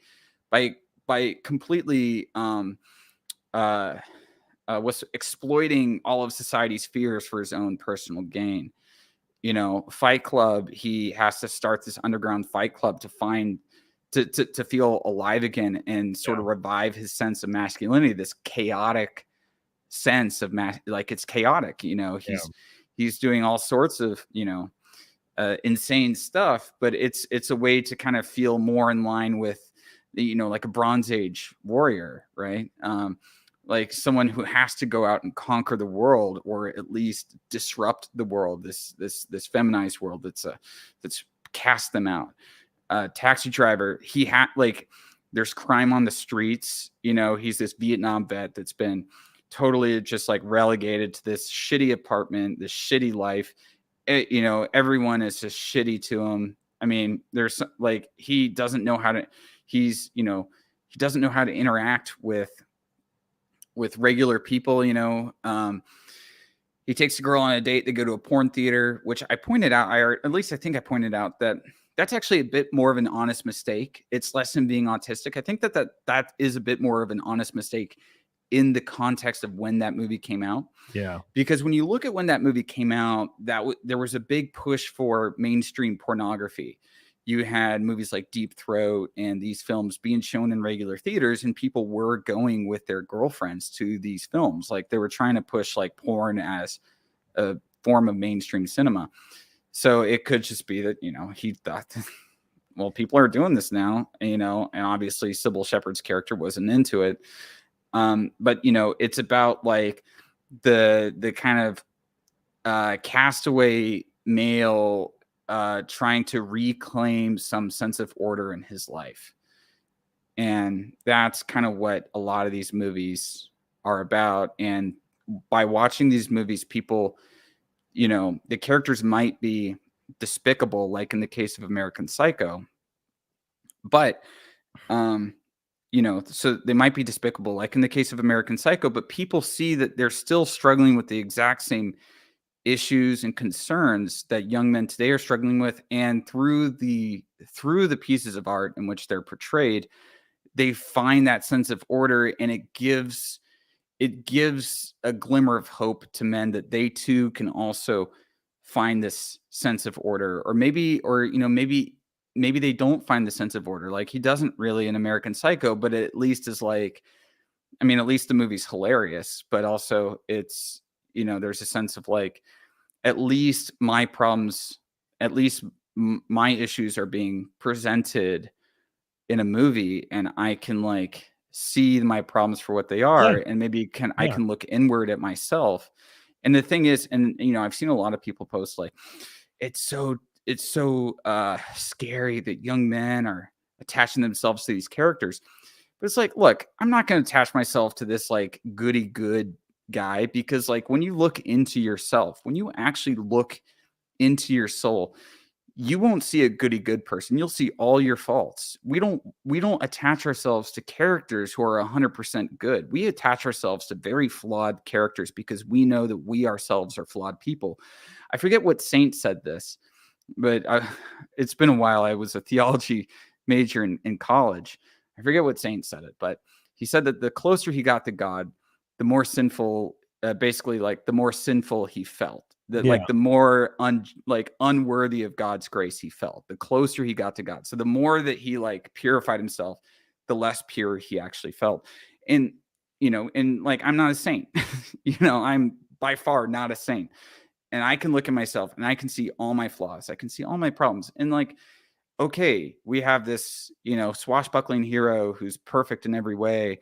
And I think that's really a problem. That's really a reason too why people don't like Mary Sue's, is because they're not realistic. Yeah, 100%.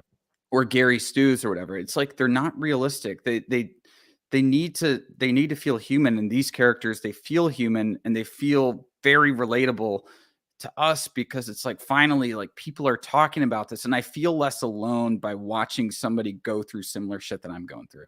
Yeah, and it's like you said with Mary Sue's, when you watch like the new trilogy with Star Wars, you can't relate to, let's say, whatever her name is. I forget her name now.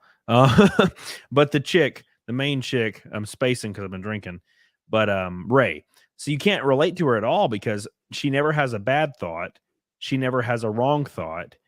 And everything she does is good, moral, and just. And it's just like, no one is like that. Mhm. There's not a person I don't care how good you are. There's not a person on earth that exhibits those personality traits. It just doesn't work like that, So that's the whole thing. And exactly. Jonathan, Johan says, Kino, you're breaking the first and second rule of Fight Club.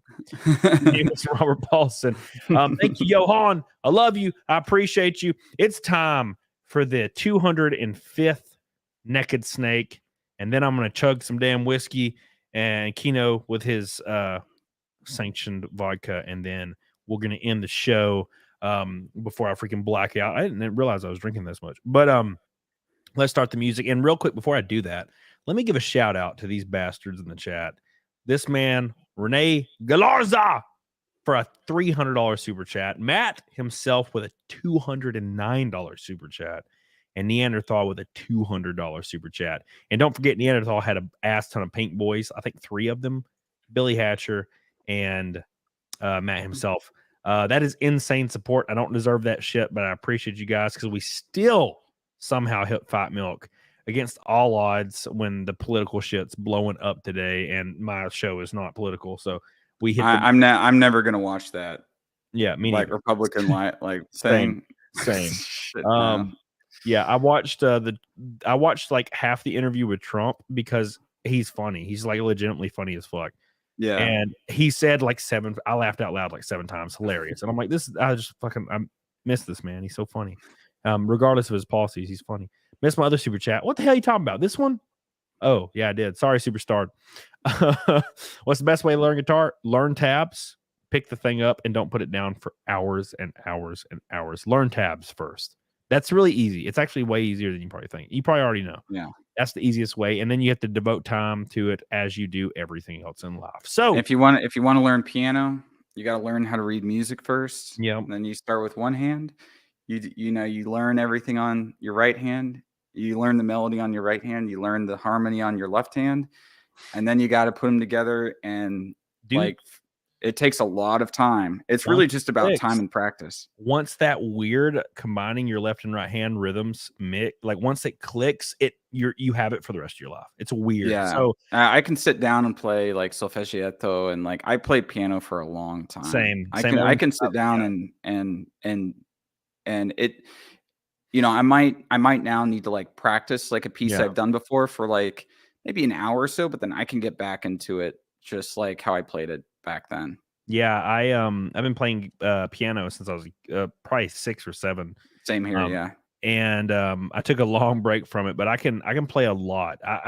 I'm not as proficient as I am at guitar. I played guitar way too much. That was my entire teenage years, was like 10 hours a day playing guitar, and I got really proficient at it. But I can still shred and jam on piano, and I know sheet music.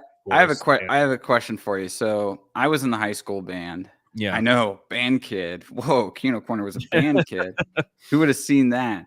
Yeah. I want you to try to guess what instrument I played. Actually, let's have the chat try to guess. What instrument did I play in the high school band? Because I feel like I fit the bill for this person. I'm like the stereotypical of this instrument. I'm going to say what is that? I think I would say trombone. Yep, you're correct. What? Really? Oh my god, hell yeah. Yeah, trombone. I could just see you go. Yeah. We would, in practice, the flautists were in front of us and we try to knock off their band hats during it. The trombones are the goofballs of the band. Yeah, because they're just like just all the time. Yeah. We, of course, being 15 years old, we'd call ourselves the boners. Yeah, I was a left tackle in high school for football, and for football, okay. Got my ass beat a lot. I bet. I'm only you met me. I'm only like 5'11", so like dude, there was dudes. Yeah, I'm taller than you. Yeah, I remember. Yeah, and dude, we would go up against teams that were like every single player was like 37 looking and 6'4", and I'm like, are these high schoolers? And they would nuke us. They're like NFL players. They play Mumford. And we're an all white school, man. And we'd show up and it'd be like an all black school. They're all like 6'3" and 300 pounds. I'm like, it's like you're showing up against my school, dude. So I went to an IB program, but it was situated in the inner city school in Pensacola. So we shared the same spaces and everything. And the band was co-ed between IB and the main thing. But our team, they were like the 6'5" jacked black guys, dude. Like, I mean, super nice guys, but guys you don't want to go up against. And when I was in the band, we won state. Yeah. And that was fun because we got to go down to Orlando and, do the thing. But dude, my high school team, they whooped everyone's asses. Like, you did not want to go up against those guys. And so it was fun. We had like the tiniest band too, because it was all these nerds, right? And it was nerds and poor people. And the thing is that to be in a band, you do have to have spending money. Yeah. Like, it's not cheap to be in a high school band, Right. That's why like the biggest bands are in the kind of the nice suburban areas. Yeah. So we had this puny band of like 20 people. And then the teams we were whooping their asses, their band would be like 200 people and we'd be this like little puny band.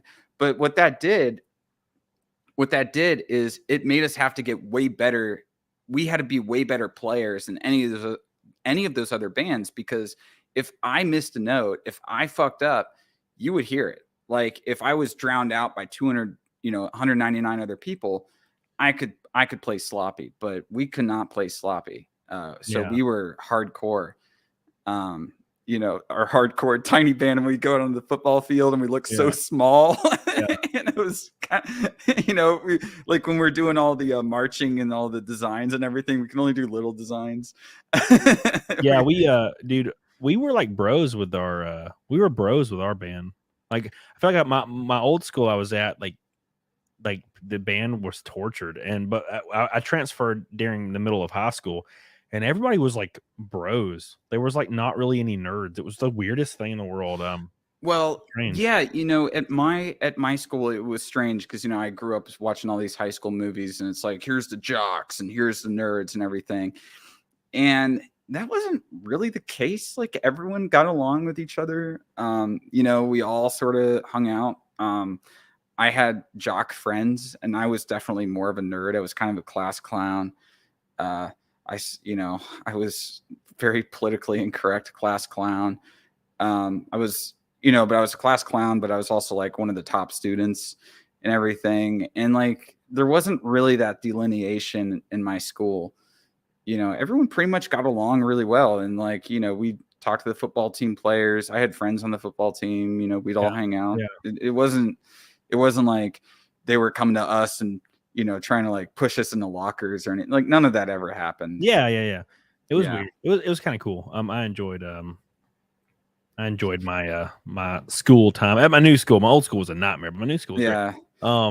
And then when you get older, it just gets better because like once you're out of school, all those like all those like delineations are lost, and you realize that maybe you thought this guy was in this other clique and you couldn't be friends. And then like after like so a guy that I've known for most of my life, like he was on like the varsity baseball team and everything, and I thought he's probably a jerk, you know, or whatever. And then like after high school, we become best friends, you know. And we're That's hanging how it out. was. Partying. Yeah, exactly. That's exactly how it was. Oh God, I didn't mean to press that. It scared the hell out of me. My finger's on it though. Matt Mountain Dew Ramen says, "What's this? No boobs? Just kidding. Love your vids. Keep up the great work. Thank you so much, Mountain Dew Ramen. The boobs are actually here because it's time. The 205th Nugget Snake and Kino. I don't know if Kino has any idea what's about to happen. No, I don't. Yeah, so we're gonna do this, and then me and Kino are gonna take some shots, and then we're gonna log off here. And before we do that, though, Mandy, damn Mandy, what? This always happens when I'm trying to do things. Mandy with an orange boy, give her some love. My brother called me at work today. My sister-in-law just passed away this morning. Oh my God, it's devastating. He's gonna come to my dad's house with the kids. I'm sorry, I'm sop wrecking.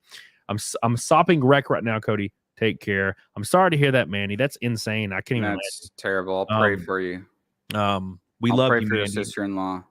Mandy's been around the community for years, so we love you, Mandy. We hope everything goes well, and I hate that you're going through that. It reminds me of that weird time when I was at the gym. Thank you, Mandy. By the way, I love you. I was at the gym and I was doing leg extensions, and it's like it's a weird like locked in memory I have. And my sister called me, and my sister doesn't call me, by the way. I talk to my sister once every 2 years. She calls me to let me know that my brother died of a drug overdose. And I was doing leg extensions in like 2017.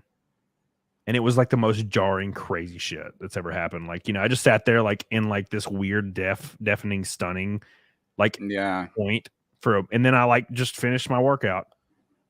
And then it was rough. It was weird. Yeah, every time that somebody close to you dies, and I mean it's the worst thing that can happen to you. Like a physical scar you forget about, you know, an emotional scar that cuts that deep, it doesn't go away. Yeah, it's brutal. And every close person to me who's died over the years, I remember exactly when I was told. It's like it's so ingrained in the memory, and when that happens, it's like time just stops and you feel like you're not in this world anymore.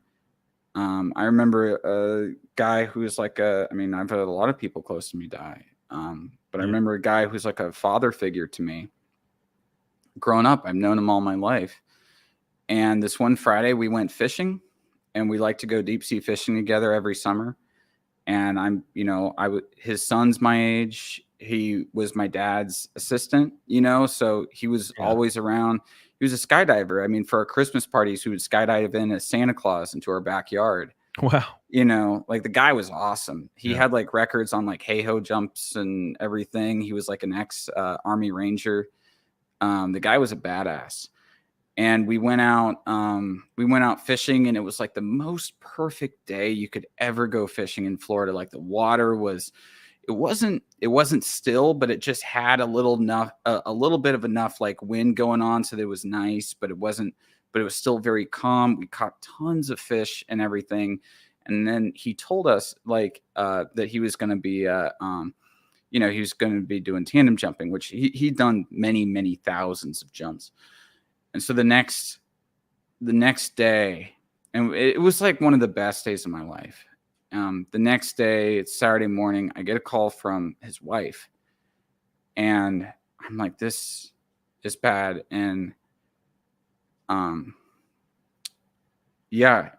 he had gone tandem jumping, and the parachute didn't come out. Jesus. And he ended up saving the other guy. Wow. Yeah.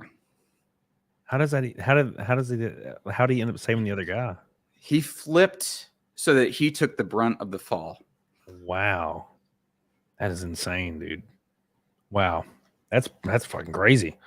He's a hero to the end. Yeah, exactly. Jesus Christ. Exactly, dude. Hero to the end. I mean, dude was the biggest badass I ever knew. Yeah. That's wild. Well, at least you can take solace in the fact that you knew him. That's kind of how I do these things. I'm like, at least I got to experience this person, right? And they live on through me, right? Well, and it's a testament. It was a testament to him that his funeral was like the most crowded funeral I've ever seen in my life. Yeah. People were standing in the aisles. There's no seating left in this big Catholic church.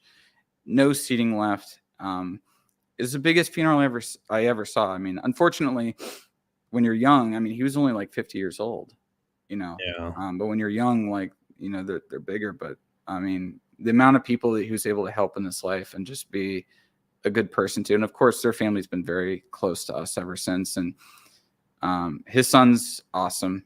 You know, he's got a family now, and you know, and his wife was also like another mom to me. You know, I've stayed at their house a lot of times. We did everything together, and, you know, and just when these people die who are very close to you, you just have to cherish every moment that you had with them and know that it was special. Yeah. And you also have to think like these people who are close to you, like, remember to tell them that you love them. Yeah. Yeah. That's, you know, that, and that's don't take and don't take people for granted. Yeah. Because when they go, and I mean, everyone's going to die. And when they die, you're going to regret every moment that you took them for granted. Yeah. I made a video about my grandparents because it was really weird. This is a weird situation where, you know, you always think people will be there. And I remember when I would drive into town where I grew up, my grandma lived literally on like this house on the left side of the road that I passed when I went to my hometown, like fucking 60 feet. And I passed it 100 times and never went down it. And I saw her once in the last 2 years she was alive. And I was like, damn, that's brutal that I just didn't go down. Yeah. Why didn't I just go down that road? It's the weirdest shit. And it's a huge regret of mine. Because I could have, there was like so many times I could have done it. I just never did once. It's just weird.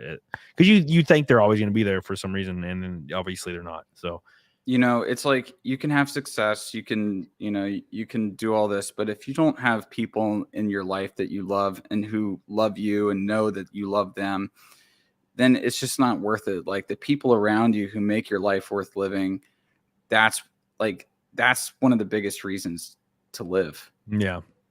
Yeah, and I feel like a lot of people lose sight of that. Mandy says, I'm sad for him, but I'm even more sad for his kids. My brother and I lost our mom in 2004 to leukemia. It feels like reopening a wound, hearing my nieces and nephews. Sorry to ruin the mood. You're not ruining anything, baby. You're not ruining the mood. I mean, this is real stuff. Yeah. You know, this is real stuff. I mean, I feel really bad for the kids. I can't imagine I can't imagine the hurt that they're feeling. I mean, I remember like as a little kid, I would sometimes start crying because I realized my parents aren't going to be around forever. Yeah. You know, Oh, and I'm like, God, I don't know what I'm going to do when you know, like 5-year-old me, like I don't know what I'm going to do when mom and dad die. It's like the worst nightmare for kids. Yeah, and you still feel that way as an adult. Like, yeah, you I still feel that way as an adult. I still remember. I remember thinking about that as a kid, being like, I don't know what I'm gonna do when my parents are gone, and I'm like in my mid-30s, and I lay in bed thinking about that shit. Still, I'm like, I don't know what to do when they go. Like, it's crazy. I mean, when you love somebody, you don't want to be separated from anybody that you love. Yeah, you don't want. Yeah, it's. I mean, death of a loved one is honestly the hardest thing to go through. I mean, don't feel bad that you brought it up. You didn't ruin the mood. Yeah, the mood is even better. Thank you, Mandy. We love you. We appreciate you.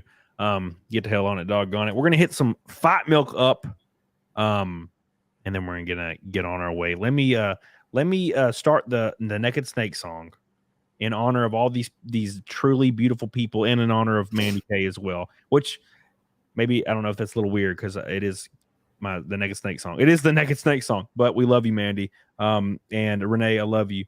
Matthew, Neanderthal, all the people that are involved in making this show successful. And of course, Mandy. I met Mandy way before Mandy was in my chat. I met Mandy over on, I think, Locals. Always drawing stuff and drawing beautiful pictures of me. So I appreciate you, Mandy. And look at Christoph McGough. Like, see, every time I'm about to hit the music, somebody comes in. Christoph McGough says, damn, there's a dark start to a day. Leg extensions. Oh, God, leg extension, bro. After the compound moves is better than smashing pistols. Can't think of a worse time to get that news. Yeah, dude, leg extensions, bro. God, maybe that's why I hate. I don't mind the leg extensions. I got big muscly legs, dude. I got that Viking, you know, I got those Viking jeans made for those, you know, going on the seas. I have these big stocky legs. I can put on as much weight as I want. Those leg extensions just pound it, dude. It's wild. Yeah, I have really nice quads, but everything other than that, it's like chickens. It's like a chicken leg. Thank you, Christoph McGough. I love you. I appreciate you, dude, for your Norwegian Krogans. Appreciate you so much. For the Orange Boy, it's time for the 205th Naked Snake in a row. Appreciate you guys so much. With Kino watching on, and then we're going to hit some of this delicious alcohol. I appreciate you guys so much for all your support. You're goated. Thank you. Thank you. Thank you. 205 in a row. Can you believe it? I can't. At 250, I'll be doing a 24-hour stream if we're able to hit that, which I'm not looking forward to. So, I wouldn't look forward to that either, dude. Your voice is going to be shit by the end of it. Absolutely not. So let me peel my headset off, and then we're going to put my bandana on, and we're going to get started here. Here we go. What a thrill, with darkness and silence through the night. You guys ready? Here we go. Here we go. 205 in a row, boys. Thank you guys so much. Make sure you guys like the show, because it's that time again. Here we go. You ready, Kino? I'm ready. Here we go. Oh, now, there are some titties. Genetics.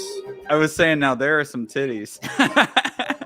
In my, you just gotta squish them together. Oh yeah. Oh, it's coming. It's coming.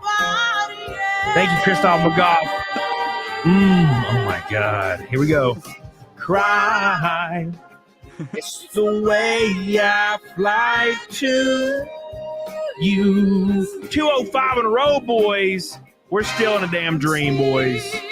Get on it, diggity doggone it. I appreciate you guys. Here it is. Here's the part y'all been waiting for. Here we go.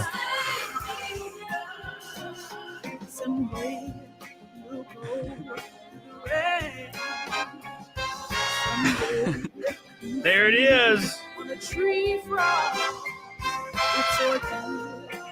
Can you tell? Can you tell shoulders is one of my favorite things. I love it. Love it. Shoulders and chest, man. It's my shit. Ah, dude. I got that bum of steel. I got those. I wish that was me. Steel ass. I want That's dude, my I want, thing. dude, I want a fat ass so bad. But it's so I do kickbacks and hip thrusters twice a week, and I'm like, where's my ass? Dude, you gotta do the kettlebell hip thrusters. You just gotta do them every day, man. Every day. Every day. Dude, there's a girl. I work out with girls. Holy ozone, my boy. I work out with girls, and like they take a little bit of testosterone. I go to a meathead gym, and these girls take a little bit of testosterone. You go to a creepy gym? Is it creepy? No, it's is it really creepy or is it wet? It's a really nice gym. But it's wet. Yeah, but the girls though, everybody there is on gear. Everybody's huge. I'm like the smallest guy there, and all these girls are like hyper feminized and have giant asses and really thick legs and shredded cores, and they're all on low dose Anavar and low dose test. And I'm like, train me to have an ass, and I just can't. Now, granted, my ass has grown a lot over the past 2 years. But I just want a fat ass. It's so hard for me. Alan Jones, my boy, I appreciate you, dude. You got to have some cheeks to clap. Yeah, dude, for sure. But yeah, these girls are they're just too good at getting fat asses, and I wish I was there too. It's harder for us, man. It's harder, man. It is. Yeah. So that being said, boys, Shade says, "I'm out, bro." Yeah, you don't want none of this. Let's go, Shade. Anyways, so it's time for some fight milk. So I'm gonna pour me a little bit of the sauce, which consists of the 2 eggs. This is the 3rd stream in a row for fight milk, by the way, which I think is the record. I think 3 is the record for fight milk, and 205 is the record for Naked Snake. So we're gonna pour some of the milk, pour some of the eggs, which means I won't be able to eat dinner again because these are my sunglasses right now. People can see my eyes. Finally, plot twist: you don't have eyes. All right, here's one, boys. There's one. I think, what was it? It was Jenna that said she thought it was really sexy that I opened eggs with one hand, and I was like, that's weird, but okay, appreciate that. I guess that's a thing. What's your fetish? Opening eggs. It's like, oh, okay, cool. There's your second one. I like opening eggs. I like cracking some eggs, you know. Yeah, dude. You have to break a few eggs to make an omelet is what I always say. Dude, I've been saying that for years. All right, here we go. And then here's the whole. This is the 150 calorie, 8 fat, 6 carbs, 13 grams of protein macros. I got a question. Did Soul Bra approve this? Did Rave Nationalist approve of this? Soul Bra? Who the hell did Soul Bra? You got to look up Soul Bra, dude. Soul Bra? Yeah. All right, here we go. Jealous of those red boys as a what? Oh man, my Discord popped up. I can't read it. As jealous of those red boys as a black. What did Shade? Why do you keep deleting every message, you bastard? I'm trying to read and you keep killing me. How does it taste? It tastes like dairy. I'm just a troll, dude. Same. Like people were asking me. Those eggs. There's so many like giant Twitter personalities that they're making money on Twitter now, and I made like 6 times the amount as like this giant lady, this giant like followed lady, and people were asking me, how'd you make so much on Twitter? And I'm like, dude, I literally just shit post. Like, I don't know, man. Somebody this last weekend was asking me, so what's your Twitter strategy? And I'm like, I don't have one. I just say stupid things that I feel like saying. It works. It all works I do. well. It just works really, really well. All right, so 2 eggs, 8 ounces roughly of milk, and 2 shots of Woodford now. You have Russian vodka. Russian. Yes. Yes. Vodka's yes. Duh. After arm day, my arms are sore. Yeah, that tends to be the case. I don't ever get sore anymore unless it's legs. My chest and arms just cramp. Then I get same day. I get a little bit sore. Yeah. I mean, we've been doing this 5 days a week for a few months, and before that it was 3 days a week, and I was really sore, especially like because I hadn't worked out in like 6 months before I started back in with my personal trainer. And so for that first 2 weeks, I was just I was so sore. It was so bad. But, you know, when you start doing it more regularly, like you're a little bit sore, but it's fine. If you decompress too, especially like after squats, if you go upside down for a little bit or you do decompression exercises, it really helps a lot. Yeah, it does, dude. It really does. Yeah. So we're gonna start the music, boys, and he's gonna drink his Russian vodka at the drop of the beat, and I'm gonna drink, of course, Fat Milk. And we're gonna have a time now to remind people of the future shows. So Saturday is Steph the Altar Nerd. Her second appearance, her first appearance was one of my favorite shows ever. I was really happy she agreed to come on again. Monday is the guitarist for Ozzy Osbourne and Firewind, Gus G, and Dream Evil. I always forget. So Gus G will be on Monday morning at 2 p.m. I say that's morning for me, 2 p.m. And that night, I should have another person. Melanie Mack was scheduled, but it's actually her dad's birthday, I think. Wednesday will be Nick Ricada. And then Saturday might be Gary Nerdrotic. And then not Saturday. I'll be racing in North Carolina, maybe Monday. And then the week after that's Critical Drinker. There's a lot going on. So get prepared for that. It is time, though, to slam some stuff. I appreciate you guys so much. Love Stefan Alter Nerd. Me, same. Dude, same. Like the stream on your way out, boys. Of course, this stream will be live forever after this, like usual. Thank you so much, Kino, for coming on, dude. It was a great show. It was a lot of fun, dude. It was a lot of fun, dude. I had a lot of fun. I'm always worried, like when we talked for like 30 minutes in Houston, but it's always I'm like, man, I wonder if this dude like will have good conversations, and you did. So I appreciate it. A lot of fun talking about movies, man. I've done a lot of these things. You can check me out on some podcasts. Maybe I shouldn't say I'll get canceled for some of the podcasts I've been on. Dude, same. Somebody was like, I can't believe that you and Bronze Age pervert, blah, blah, blah, blah, blah. I'm like, well, dude, I can. Happens to me all the time. Like, especially bodybuilding nationalism. Okay. Here we go, boys. I go for prosty. Ready to go? Kill it. Ready? Let's go.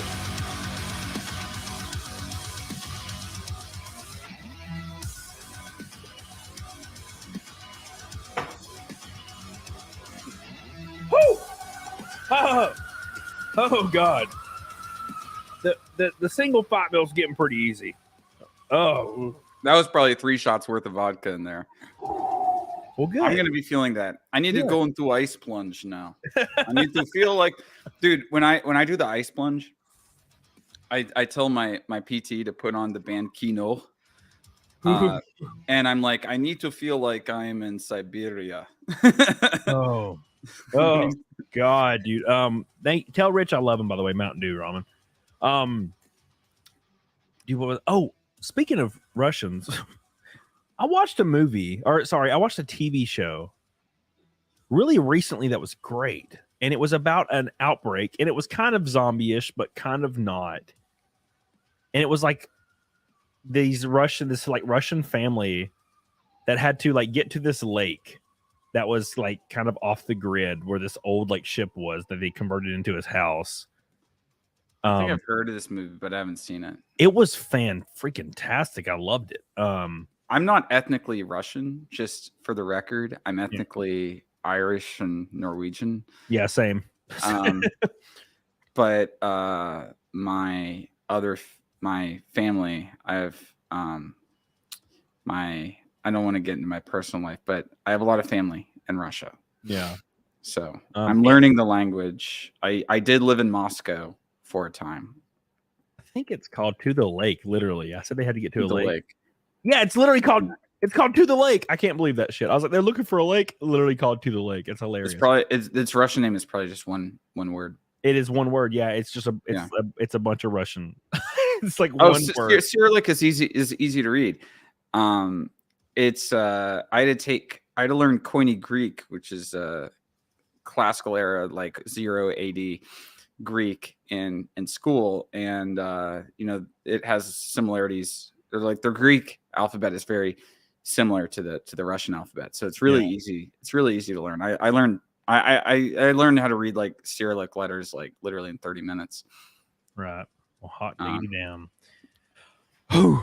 All right, man. I appreciate this, dude. It's been a lot of fun. A lot of fun conversations. Where can people follow you again? They can follow me everywhere. Everywhere. I'm the Kino Corner. I made it easy. Easy, guys. Thank God. I'm the Kino Corner. I'm not like I'm not going as like so and so here, so and so there. If you go to Twitter, you go in the Kino corner. A lot of people try to go like keynote, like you're a keynote speaker. No, Kino, Kino, like that's so fucking Kino, you know, like.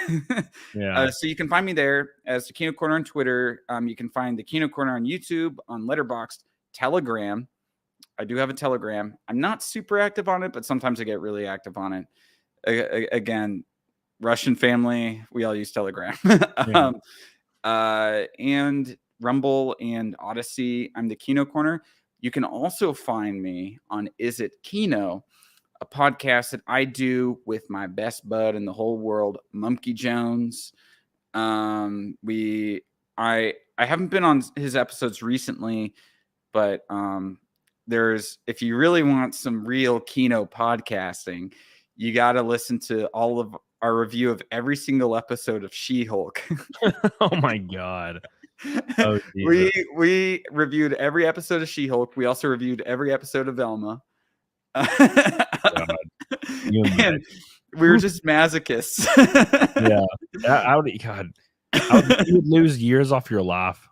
Years off your life. My God. Yeah, of course, like Mumkey and I, Florian. So anyone who knows like the whole dynamic, Florian Himsel, who's the other co-host, he created this game called The Binding of Isaac.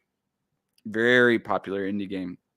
But he always has the most normie contrarian opinions. So when it's like him versus me, it's always very funny. I really like trolling Florian, so our podcasts are just me and Mumkey trolling Florian the whole time. And we're not sure if he's trolling because he loved She-Hulk and he loved Velma.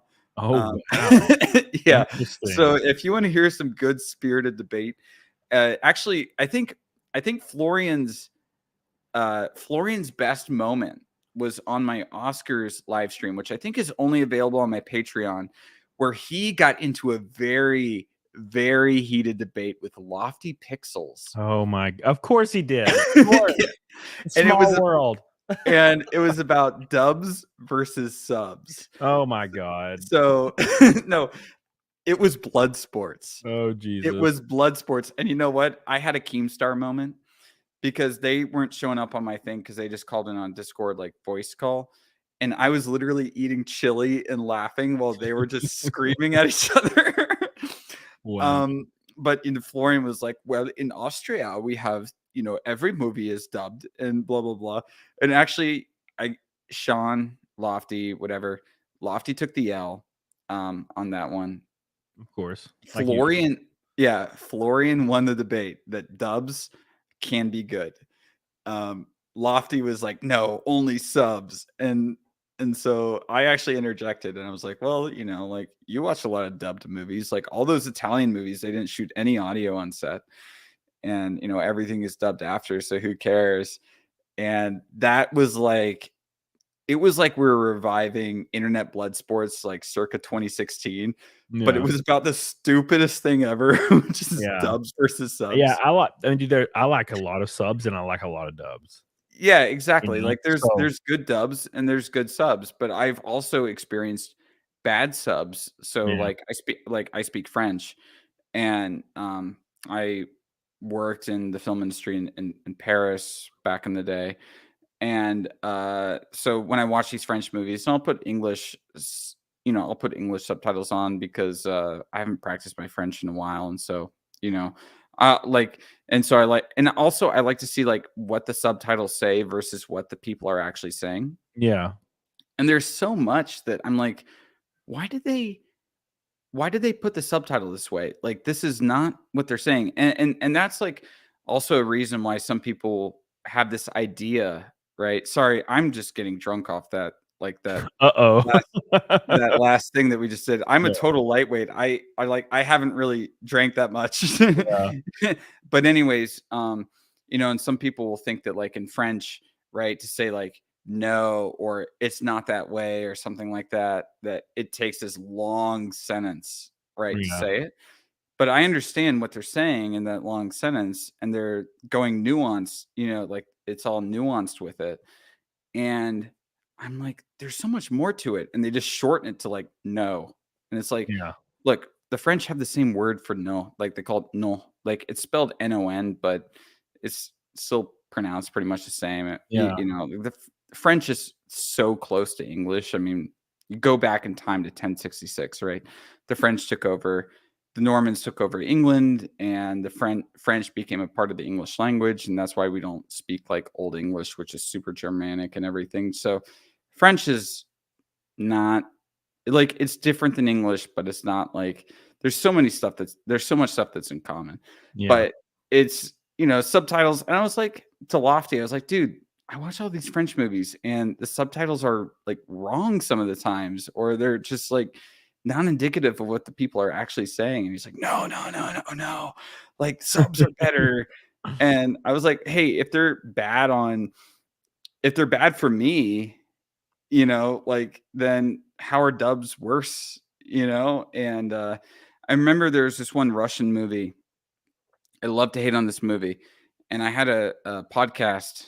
I'm not afraid to say it now. I've been a very good friend. I love these guys. They are a podcast called Russians with Attitude. I don't know if you've heard those guys. They're big on Twitter. But me knowing them got me in with Red Scare. Yeah. I'm kind of Dime Square adjacent. Yeah. Do you know much about the Dime Square scene in New York? No. Okay, that's a whole scene. That's a whole weird, not YouTube scene or whatever. But we talked about this movie called Leviathan. And the Russian version of it, like how the Russians are speaking in Leviathan, which a lot of Russians didn't like this movie. The Westerners, the Americans, loved this movie. They thought, oh, this is such a great anti-Putin movie. This is such a great movie that's like indicting the Putin regime. There's two problems with that. For one, the government funded the movie. Yeah. So, so for one, it was government funded. So obviously the government didn't see a problem in it. And for two, that movie is based on a story that happened in America. It's based on one of the most legendary stories in America, which is the Killdozer. Oh my God. Yeah. Yeah, dude. Yeah. So the Russians got really mad because they're like, you're taking an American story and using it to indict the Russians. And also you're funded by Russia.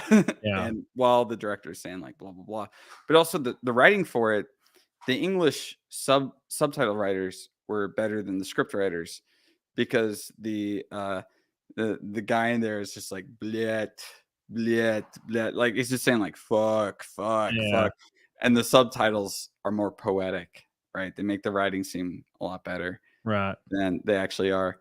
So the Americans, they just read the subtitles and they're like, oh, the writing's so good. Well, they got really good subtitle writers. Yeah.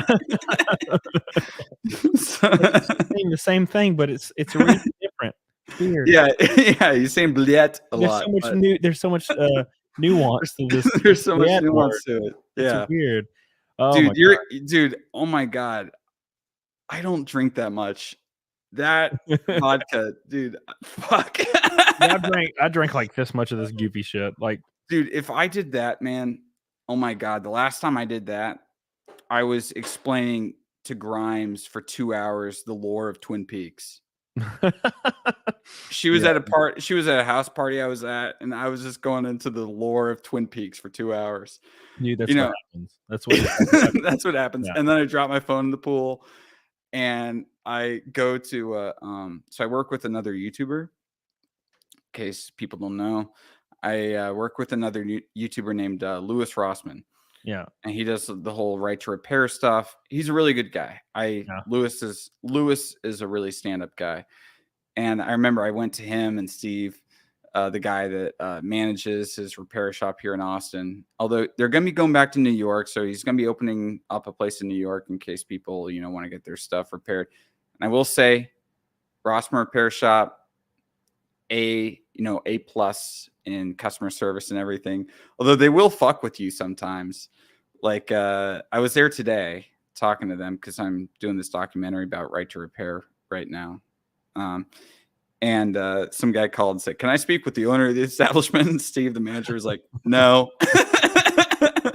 But anyways, I brought it to them because it was like Labor Day. And no, it was 4th of July. So I thought, oh, they're not going to be open. I went there and they said, "Oh, no, yeah, your phone's fucked." So I finally had to get a new phone. And now I no longer have an iPhone 6.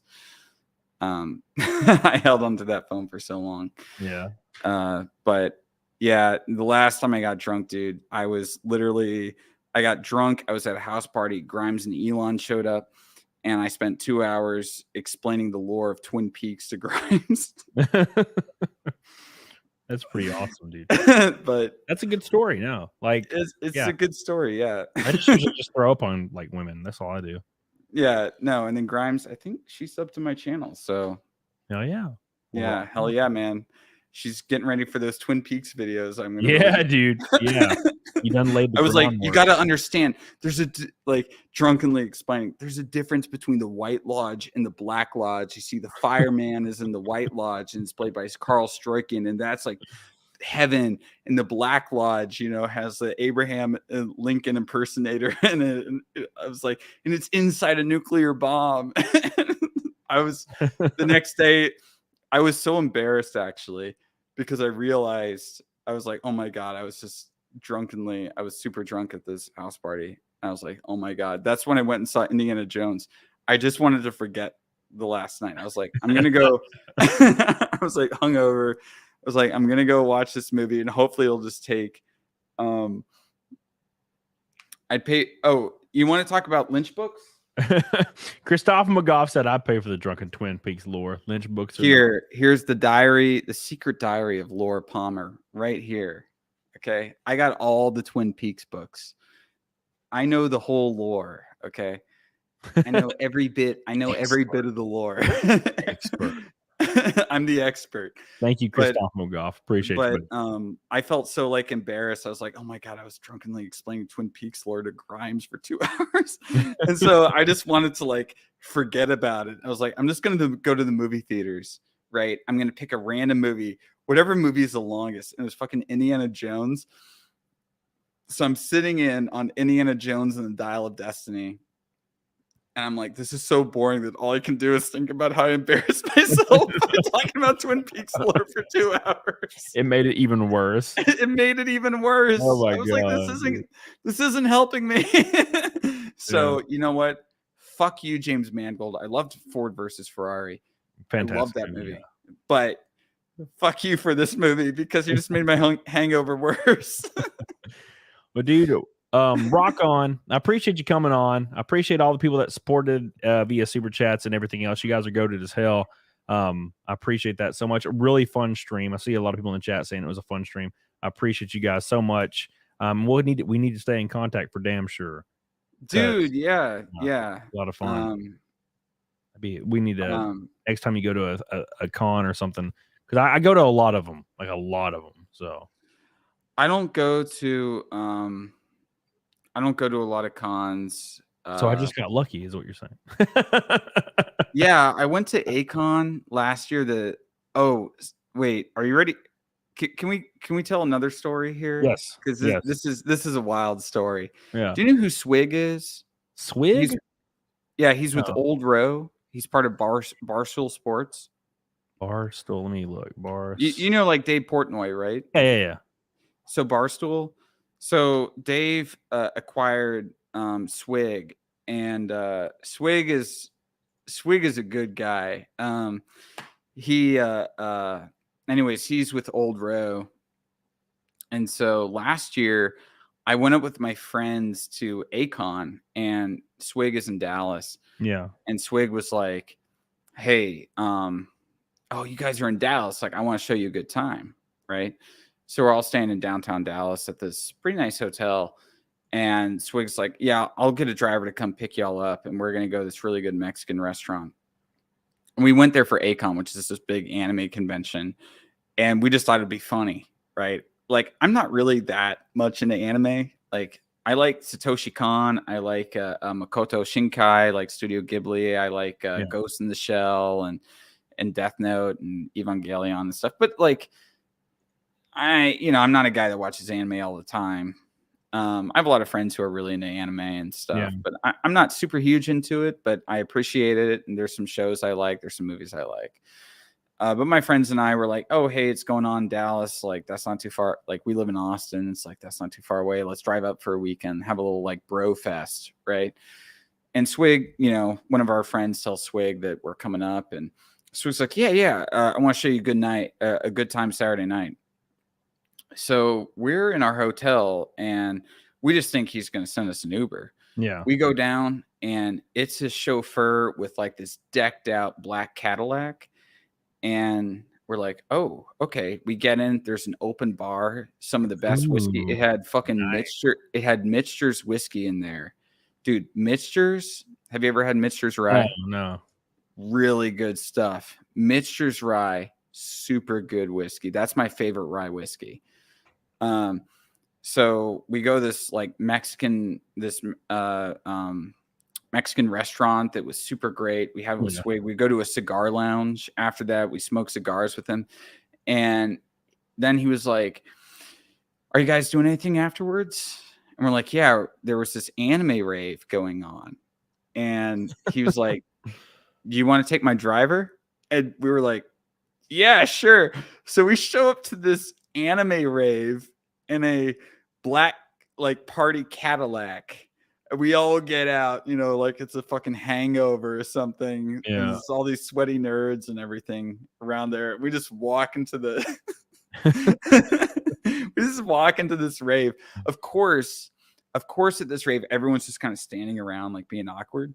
Of course, yeah. Yeah. And we were just like, let's bring the party here, guys. So we just started dancing, like going crazy, dude. We were going crazy in the middle of it. We got everyone just going super crazy in this. But I was like, how the fuck did we get some guy to chauffeur us in a party Cadillac to an anime rave for free? Yeah. That was a wild story, awesome. man. Dude, that's that. Yeah. Sounds like it happens. That shit happens when you talk to somebody and you just kind of let the night flow. Like depending on where you're at, that kind of shit will happen. You'll just like, why am I in a haunted house at 1 a.m.? Like, what's going on? Like, it's the weirdest shit, man. And that rave was fun. We ended up having a whole bunch of cat girls following our group, and then I started pretending to not know who they were, and they got mad at me. As you do. As I do. I was like, who are you guys? Yeah. We've been hanging out with you for 2 hours. I'm like, I doubt it. I doubt it. Well, rock on, dude. I appreciate you so much. I appreciate Sonia for shilling everything in the chat. I love you, girl. I appreciate you guys. I will see you guys Saturday with Steph the Alter Nerd. Don't miss it. New video coming out Sunday as well. Get the hell on it, doggone it. And I appreciate you, Kino. Everybody say bye to my boy Kino. It's been a lot of fun. All right. See you guys. It's Hell been a lot of fun.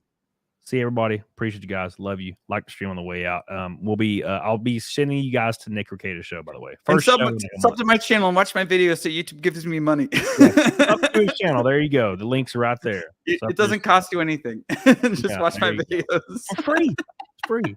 See you guys later. Appreciate you guys.